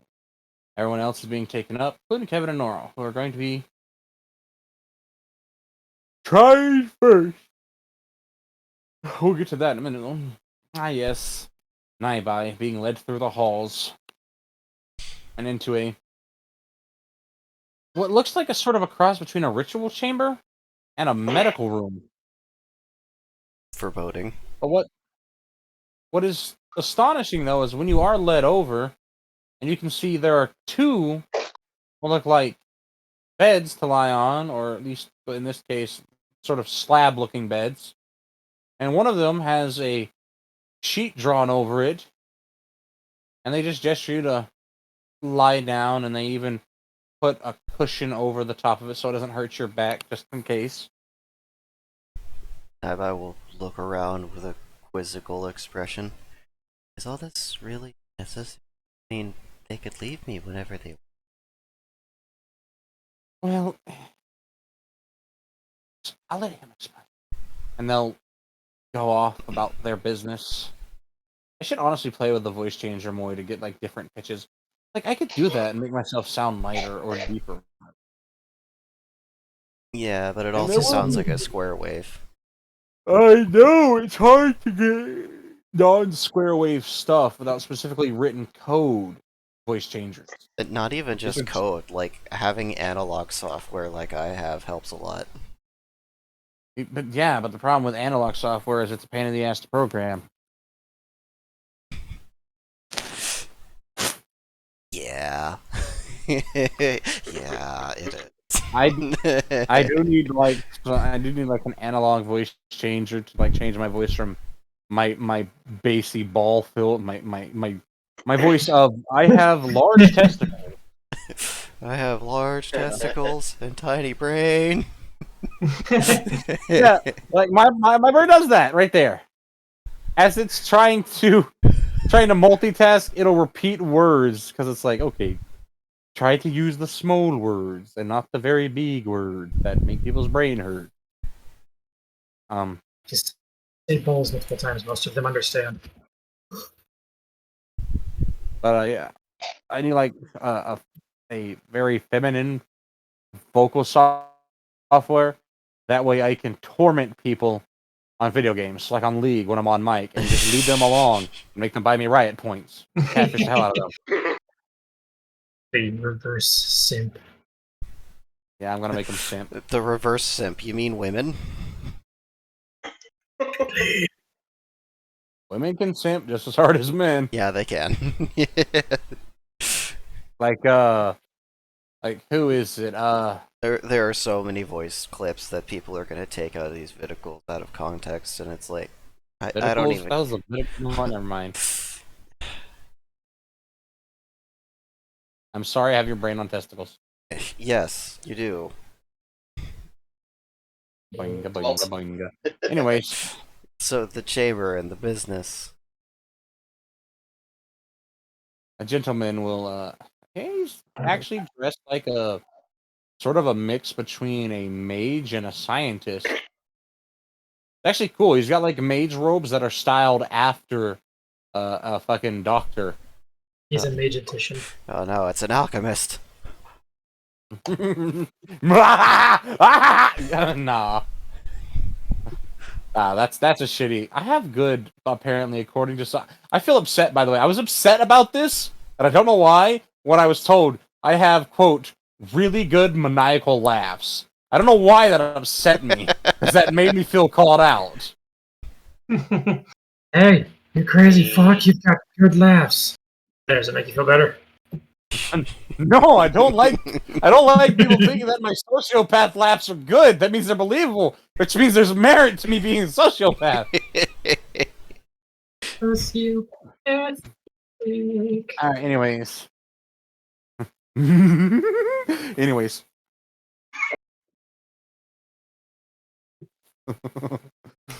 Even that one. He will properly shut up. He will properly explain to you that the reason why we have to do this is we're putting him in his body. Correction. We're putting him in a body. I was Using about advanced to graphics. ask. His body was He like has way that direction. Are you aware of how genealogy works? To an extent. You'll understand that he has living relatives currently on the throne and elsewhere. We have taken portraits of him, what we can, and we have, first time, made a. Well, not the first time. Shouldn't tell you that, but it's kind of exciting. Not for the first time, but they said we're supposed to say this for the first time, but it's not. Made a body from scratch without an embryo. Cool. Created one, full sized, adult. That looks as close as we can get. Rosa for. Naibai will kind of tilt their head a little bit. Is this technically necromancy? No, it's not. Because the bones were grown with magic.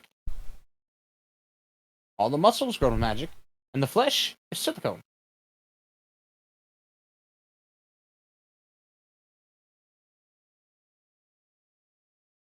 Well, it's mostly with functioning nerves, adhered with magic. It's just necromancy with extra steps. Naibai will place a finger on their chin and tilt their head the other way, mentally asking Ghost and Forth what he thinks of the situation. Since, he outlawed necromancy and all.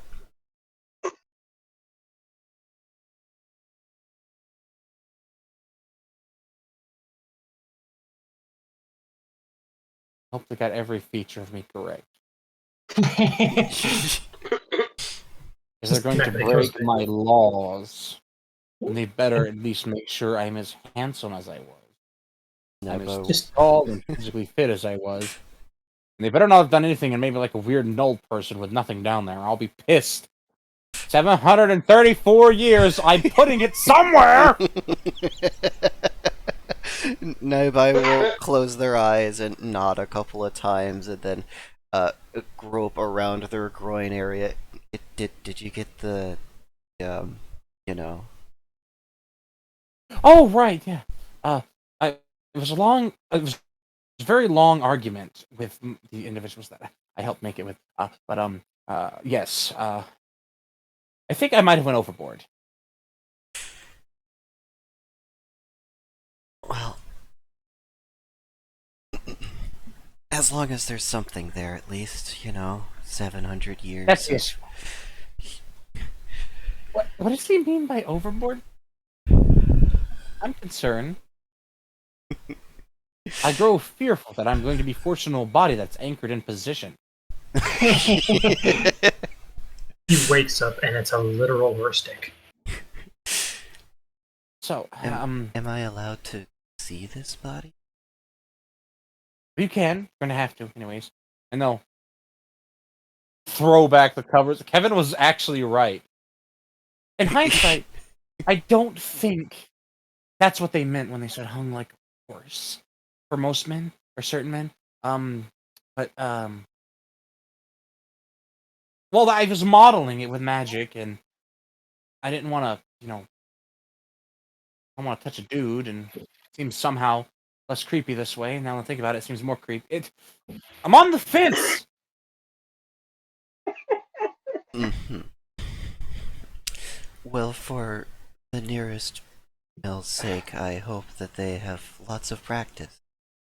What the hell? What? I was normal! What have you done to me? I know you can hear me, Science Man.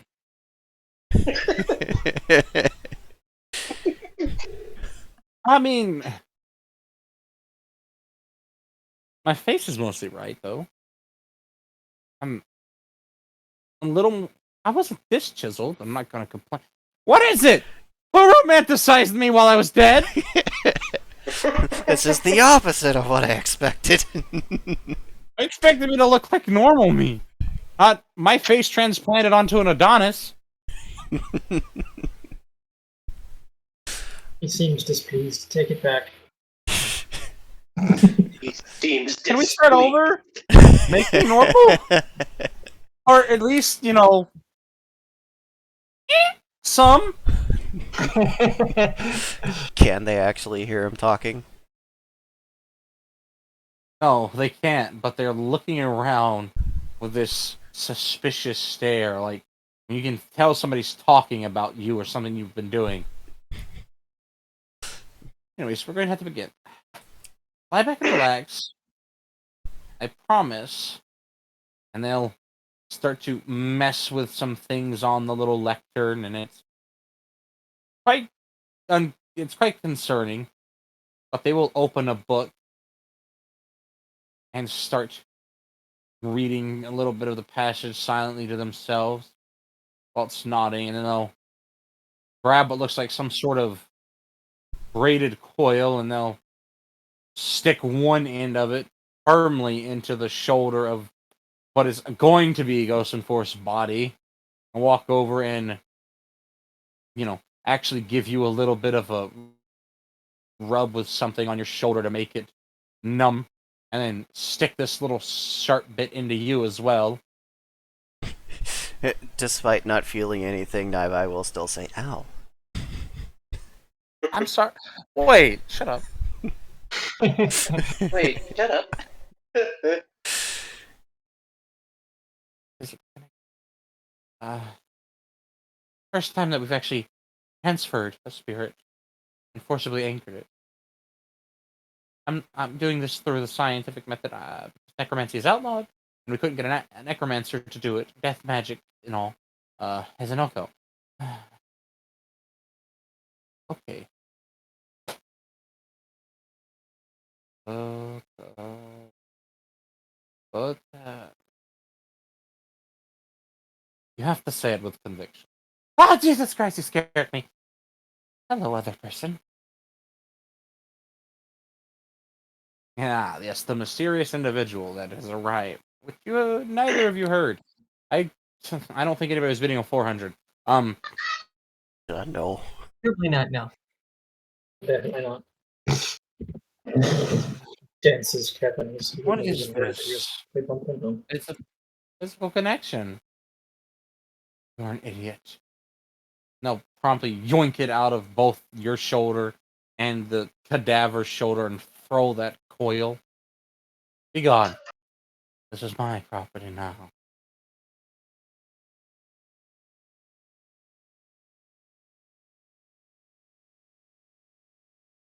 Ooh. Ah, yes. I finally get to use this. Wait for it. Wait. Hold. Right. Hold. Hold. Yeah. Right on. Here we go. Yes, this is coming out of one person. Ah, yes, the amphitheater Right. spell. I'm very familiar with it. That chanting is coming out of a single person. Is your name Lucifer by chance? What? I know Kevin's not there. It's just, is your name Lucifer by chance?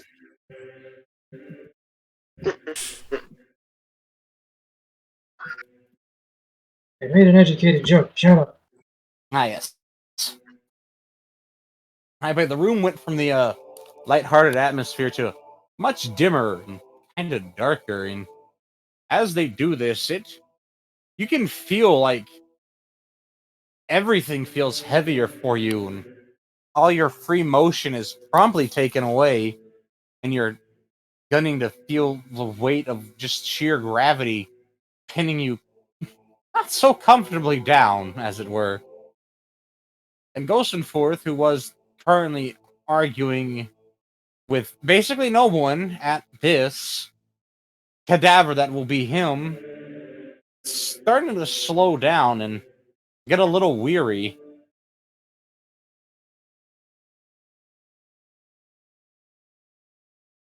Oh, let's see.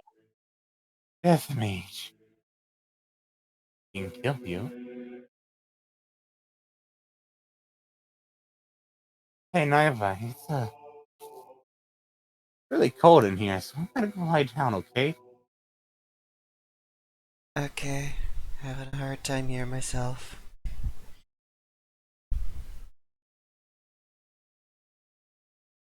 You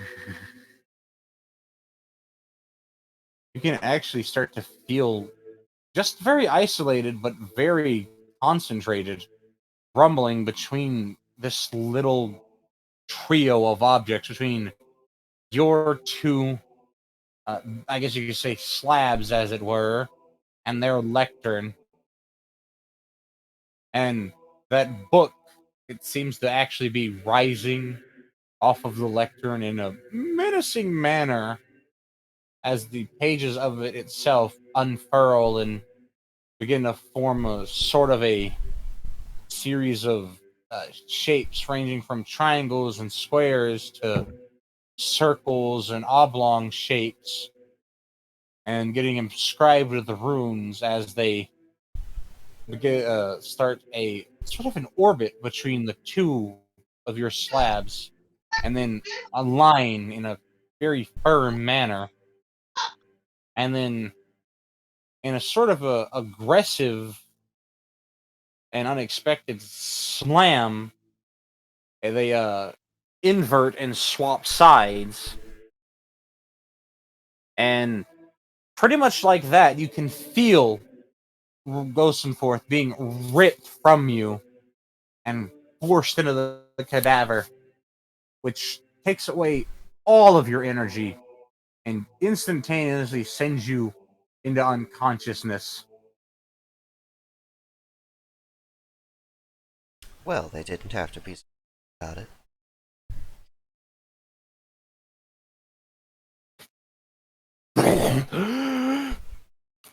I'm done here then.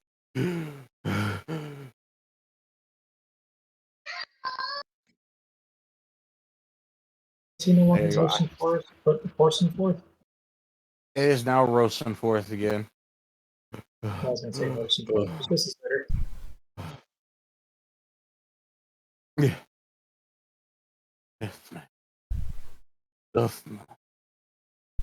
In my kingdom. Never will I allow it. Come here. And sadly, it is just you and now Rosenforth, or as Kevin was going to say, Rosenhorse, because I heard that. Well, you said I was Um, unconscious. Yeah, now it is just Naibai and him. And the Death Mage has taken their leave after making quite a mess of things.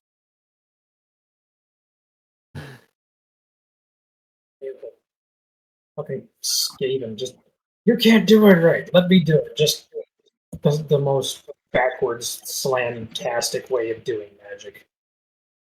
Just clan bouldering their way through things.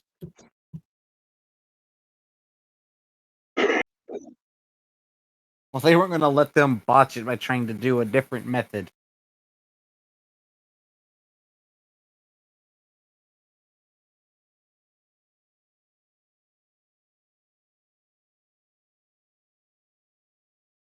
So, wait. And now he's finally unconscious.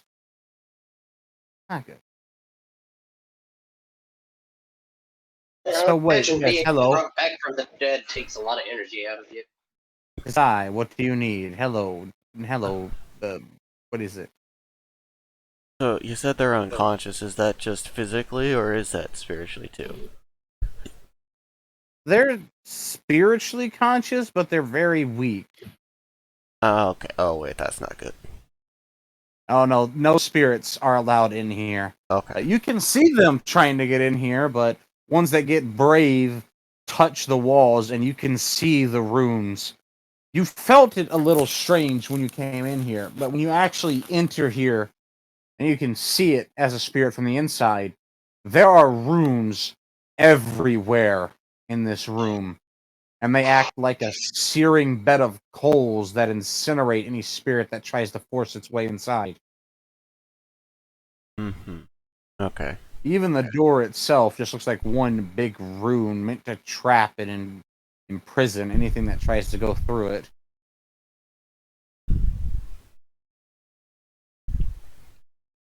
Well, Nabai is going to focus on drawing up what natural energy they can from this place and recovering as quickly as possible. It's definitely going to take them a while because there's only unholy energy here of that type of sickly, dark, stagnant spiritualness that's left behind whenever the death mage is finished doing something. Oh, well, Nabai's going to get that moving then. It's like, they always leave a mess. Sweep, sweep, sweep, sweep, sweep. There's a reason that it's so hated and beleaguered by spirit users.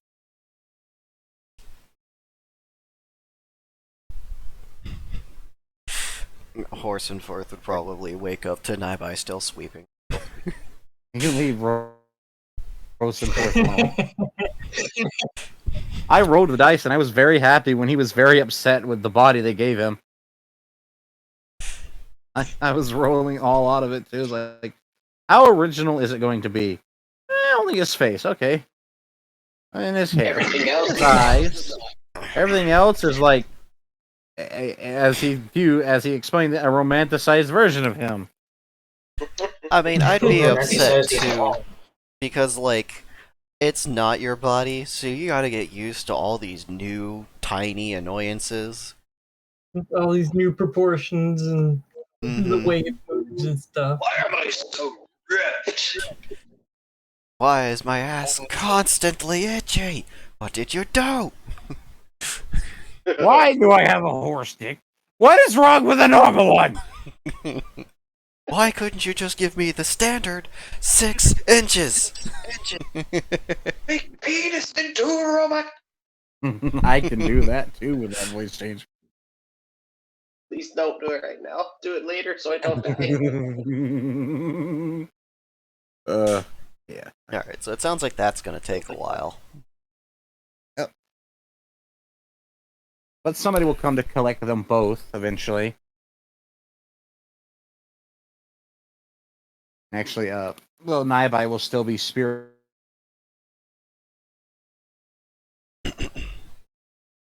It looks like one of the royal guard, or rather two, come and they collect them. One wrapping and rather swaddling Rosenforth up and carrying him over their shoulder, and the other one very gently just picking Naibai up and carrying them all bridal style so they don't get hurt.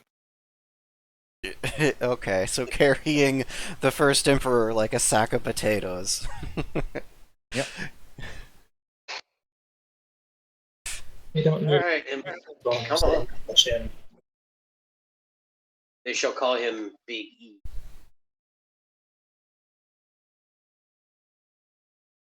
All right. Fucking poor Kevin. Poor Noro. Getting taken before what is basically this court. The best way I can describe it, let's see. So, their throne room is actually arranged much like a parliament would be.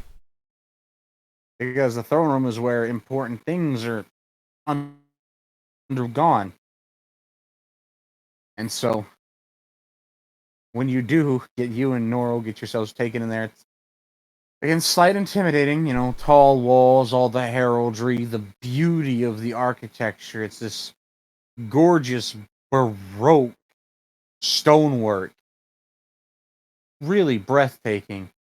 I mean, even the throne that the two kings and two queens are, because there's two countries there, are sitting on their own. Beautiful. The literal gold and crimson throne of the Empress and the Emperor, and then the literal thrones brought from home. It looks like of the High King and the High Queen. My grandma brought it from home. The fucking High King. You can all hey, there you go. You can already tell that he's very bored because the High Queen sitting proper, the Emperor sitting proper. Him leaned, just kind of lied back in the seat with one arm resting on the armrest, just hand freely swaying as he taps a foot and looks around. He forced him to wear normal clothes.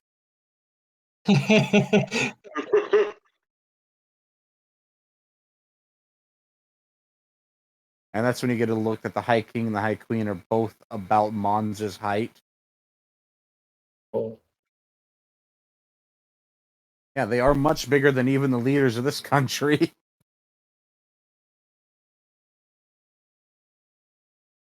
But you have them at the back, front, and center.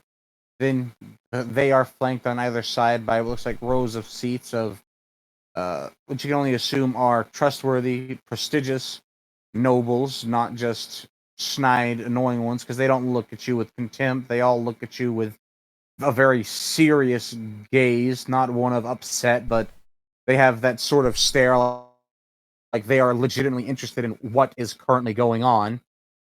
And you can tell that they don't have which is good. That's a good sign. They don't have predispositions about you. And partial mobile? They're Like, coming like, into it with an open mind. See, that is this is all thanks to Rosenforth, mind you. He broke that sort of supremacist elitism. There's still the outliers, you know, the numerable amount. There's a numerable amount of them. It's enough to be annoying. And like about 30% are still like that think they're better than everyone, but most still respect the memory of the hopeful emperor, and that just because you are in a higher position does not mean you are higher of a being.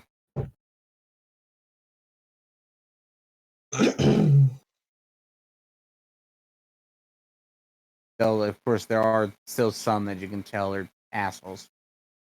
Those aren't as nearly as extravagant though. But those are still pretty fancy looking.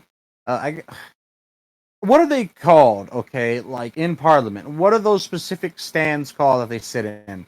Because in my Americanized brain, I'm wanting to call them bleachers.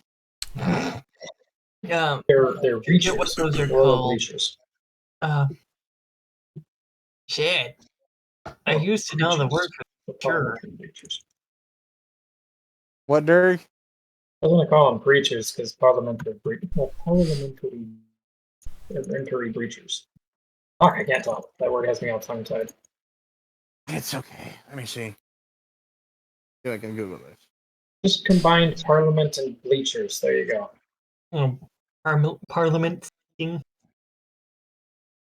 What it's called. Maybe galaxy?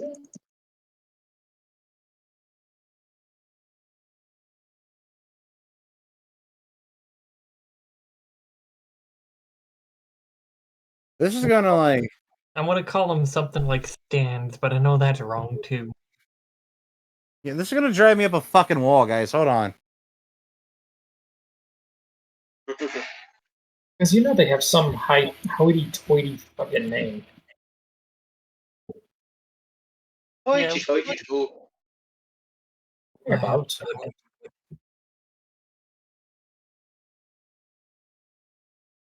Apparently, they are just called benches.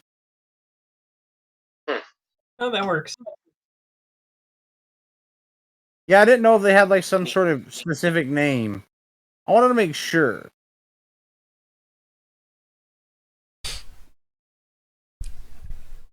Well, yeah, it's good to always check, because, like, you know, the ones in churches are called pews. Which Alright, is really yeah. fun considering the. Pew! Anyway. Have the bleachers or the benches on either side of them, which are still made of that very, very pretty, naturally purple wood that they have. And there's of course the gold.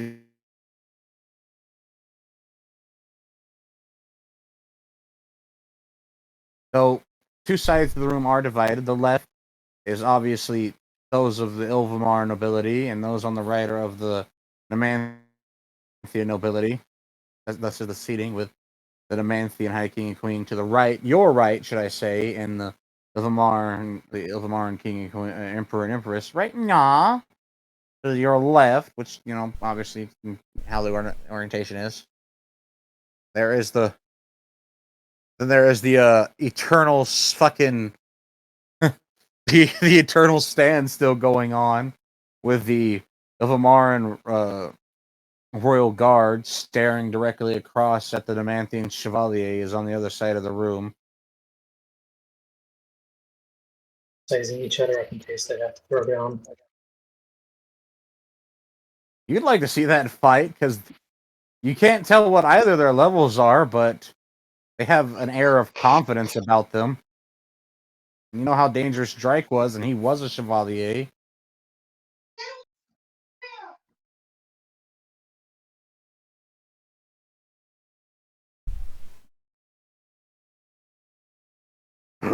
Oh, look. People, look, they're here. Are we two people? All right. All I need you to do is tell me it was their idea, and I will let you off the hook. young men. Is that the High King saying that? What's going on? Yes, that is literally him. No, it's fine. If you tell me it was their idea, I can go to war. I'll be happy.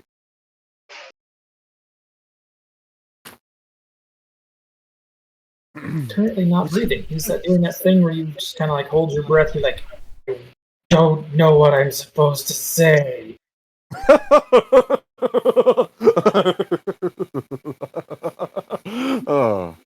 uh, one of you was thinking about it, I can tell. Seriously, though. Finally. Got us all hoity-toity and ready when they said that they seen you at the guild. Thought you would come eventually, just didn't think it would be this fast. And here they are. There they are, honey. Try not to pay any attention to the prying eyes everywhere. Right, I'll let you speak. Your country, your court, yada, yada, yada, yada. You're the one at risk of being warned.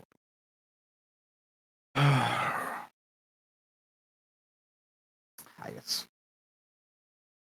Just the others sitting on the thrones are just looking at him, waiting for his little moment to have finish, come to a close. None of them obviously going to tell him to shut up. Nobody in the room has the guts to do that.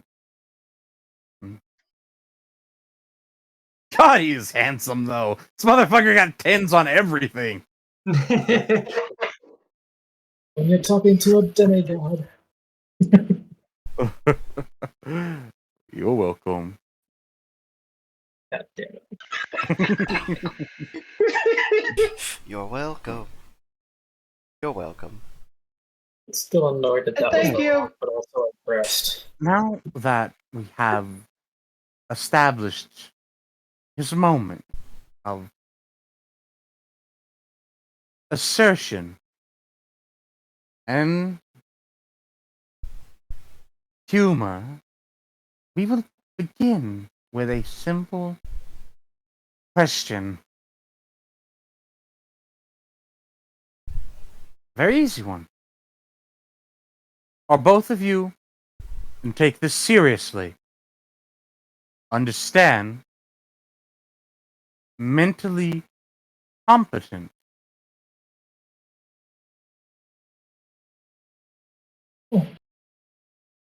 Had been adventure fairly successful for 20 years. I've managed to not get myself killed or resurrected.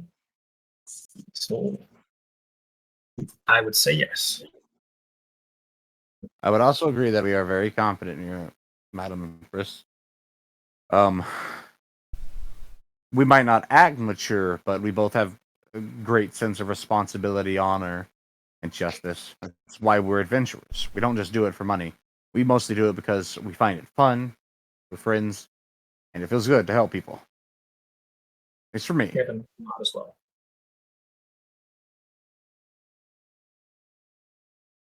Now, that was an easy question. Good. That is established that you can speak and understand.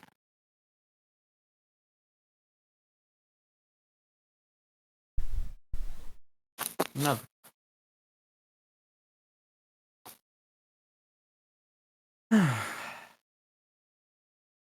Why were the two of you at the residence of Monston Wolpes on what was the date? There is. Oh, let me check real quick. It was. Oh, sorry.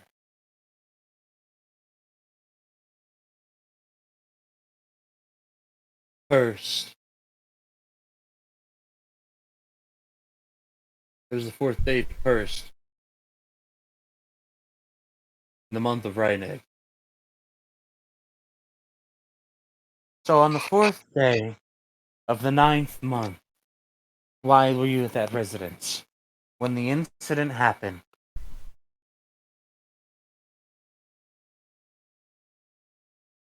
We were simply stopping by to visit family and friends. His relation to me, Mons, and his wife are good friends, as well as um, mother and father to one of my party members. We were traveling back from a mission based on some suspicions. They're not suspicions, but a concerning development in a mission that we had gone on sometime previous to, or prior to this um, exchange.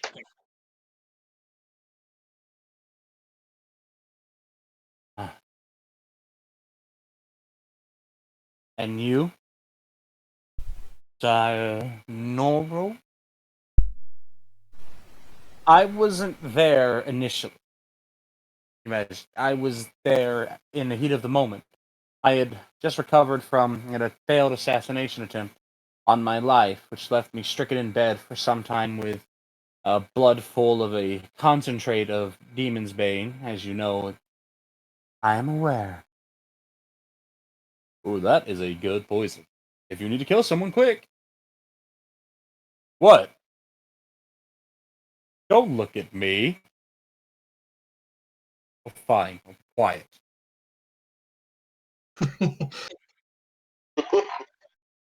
It's a feeling they would probably get along if he was in such a position.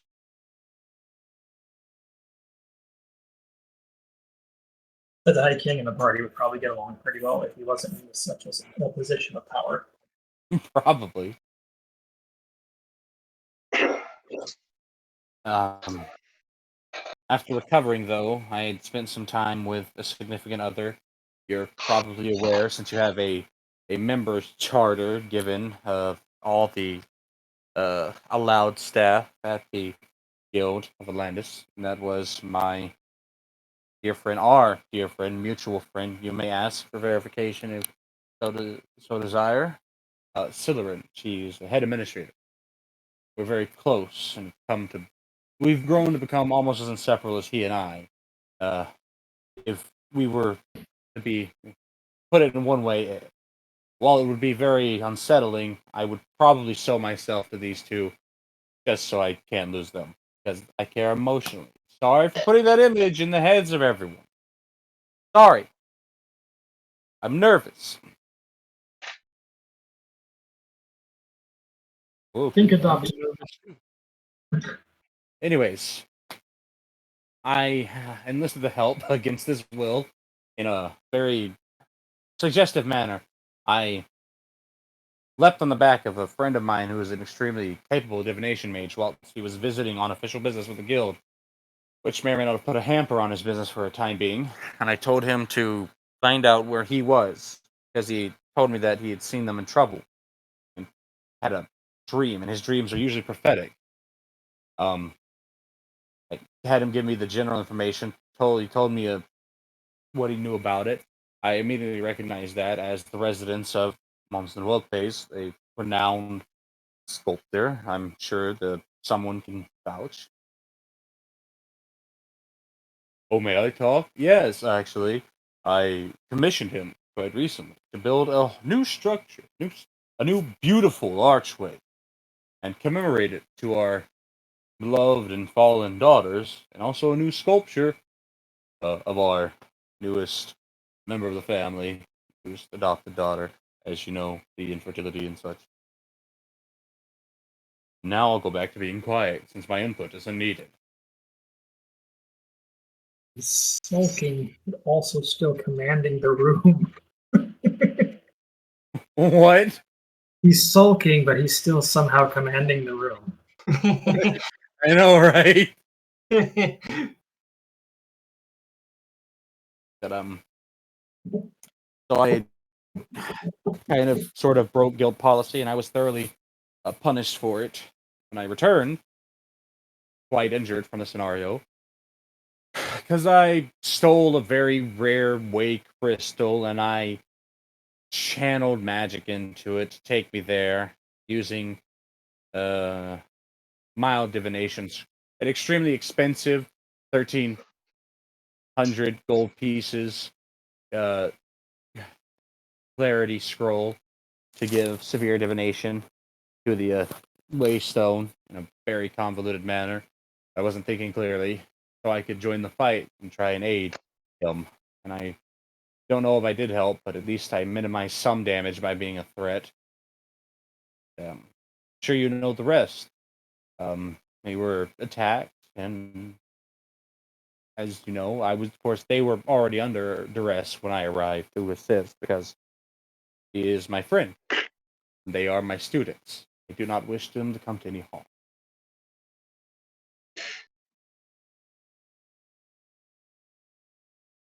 You make the claim about that. This is where it gets quite interesting. That the Church of Omni. Wait. Do I have the sound effect? I think I have a sound effect for this. Would it be under this one? Hold on, I gotta make sure it's the right one. Because one of these is like a very comical poingy noise, and one of these isn't.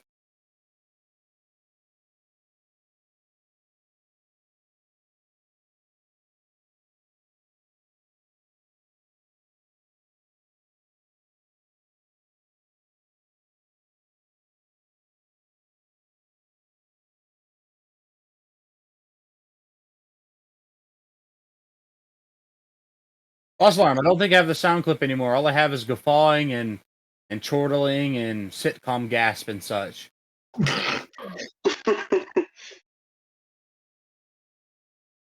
That's not what I need. Sadly.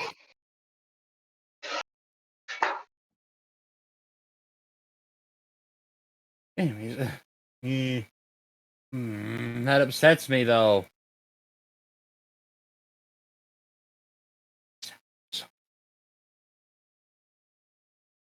Murmuring. I need to find note to self. Find a murmuring sound effect. We'll do. Isn't he using an infirmary, but just a murmuring about the end part?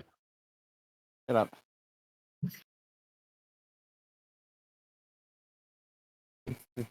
Right. You claim the Church of Omnius, a respected institution, attacked you. What makes you think, pray tell, it was the Church of Omnius? Exactly. I have not had reason to associate myself with them, as I would imagine most of us, unless directly in their area of influence, would. Their their regalia, their sigil of the multi-pointed star, the multi-pointed sun, with various, what is it, half of the points being black to symbolize the nature of their religion, their dual god worshipping religion. That and their, if I recall correctly, the one that led the assault and so thoroughly um, beat the two of us down. She had this. Oh, please forgive me. My memory is somewhat hazy. I have a decent memory about this. He'll kind of gesture over to Naro.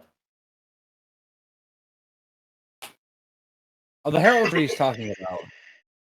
And we did do investigating, the two of us. Our own shorthand and longhand. We did what we could without asking the wrong things to the right people. And thanks to the assistance of our guild's own exarch, he informed us that the descriptors we gave was very much the Church of Omnius, though not the church directly, rather a supposed militant wing of the church, uh, which is simply known as the wing of judgment, and they have the star of the cruel god, The one shrouded in shadow, where rather than radiant flowing downward, it sing with the heraldry. I am aware, as am I, and this has my interest because that that immediately raises the stakes.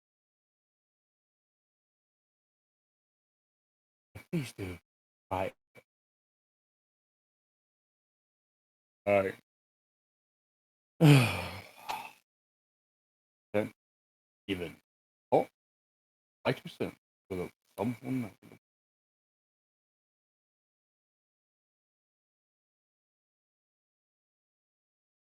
The militant wing, the wing of judgment. I've the half of their stock, though they've bastardized the symbols, fetishized hatred for everyone who isn't a fanatic of the religion that is the wing of judgment. And you say that they, supposed myth, attacked you as if they had targeted you for some reason.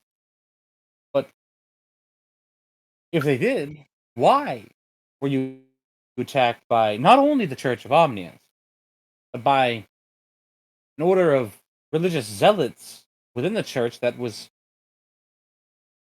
crushed over 700 years ago by the very guild that you represent in a brutal 6-year war that saw, at the time, 17 members of the royal family slain in cold blood? Well, now, I will speak up here. There's one thing I want to make clear. Cold blood is murder of the innocent. Justification was given to those monsters of your family. We all know the stories of the cruelty of your former king. Now, the hopeful emperor was the only one who caused some semblance of sanity to come to this land of savagery. Not that everyone's savages, it's quite a beautiful land now. It's just, let's be honest, both of our countries weren't exactly shining examples of morality. Not this discussion.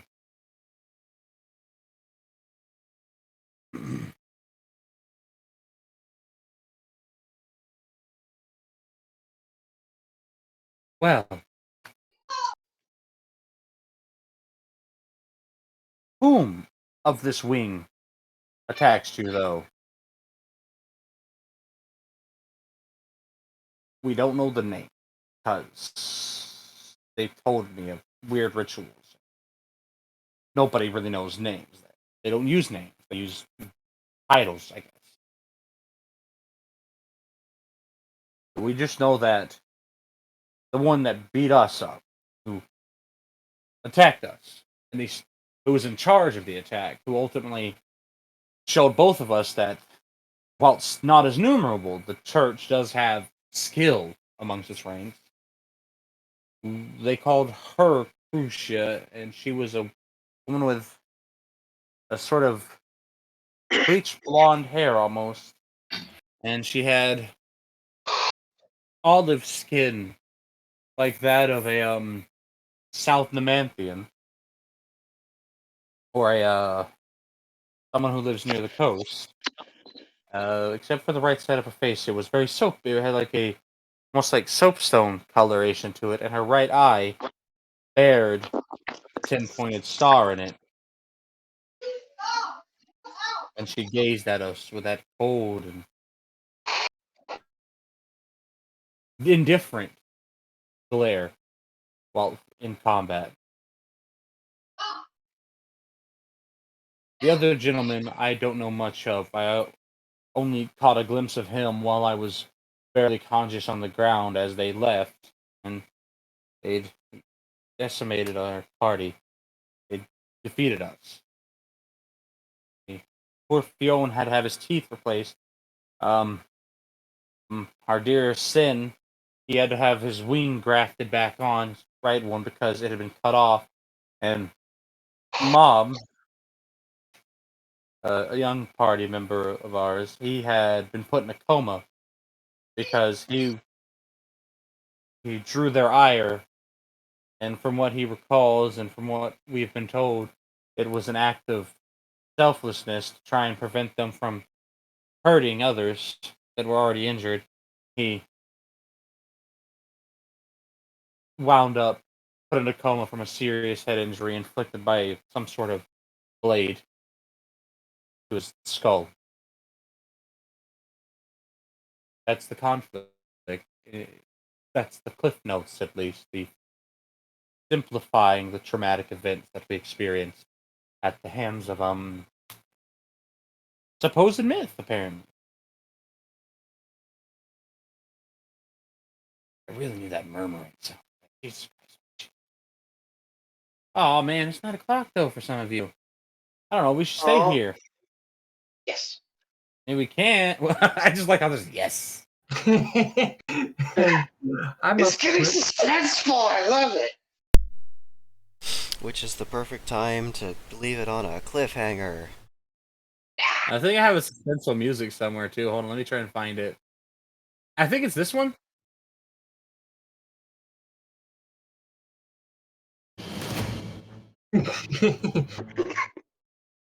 That's suspenseful enough? Sure. Yeah. You want more suspenseful? I got more suspenseful. Find it.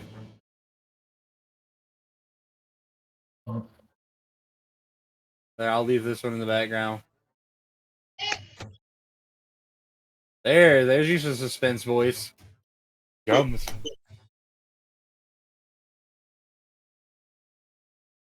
That's more of like an open environment suspense, though, sadly. But the fact that I have it, What? the fact that I have suspense. Also got this one. It's very somber. It is. Yeah, I don't. Got a lot of intense stuff too. Even this one. This is not intense. This one's just got a flute.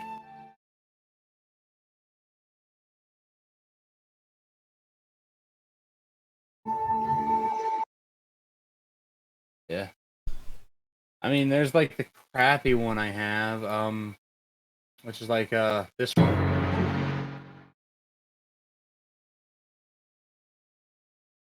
Yeah, that one good enough? Is this on loop?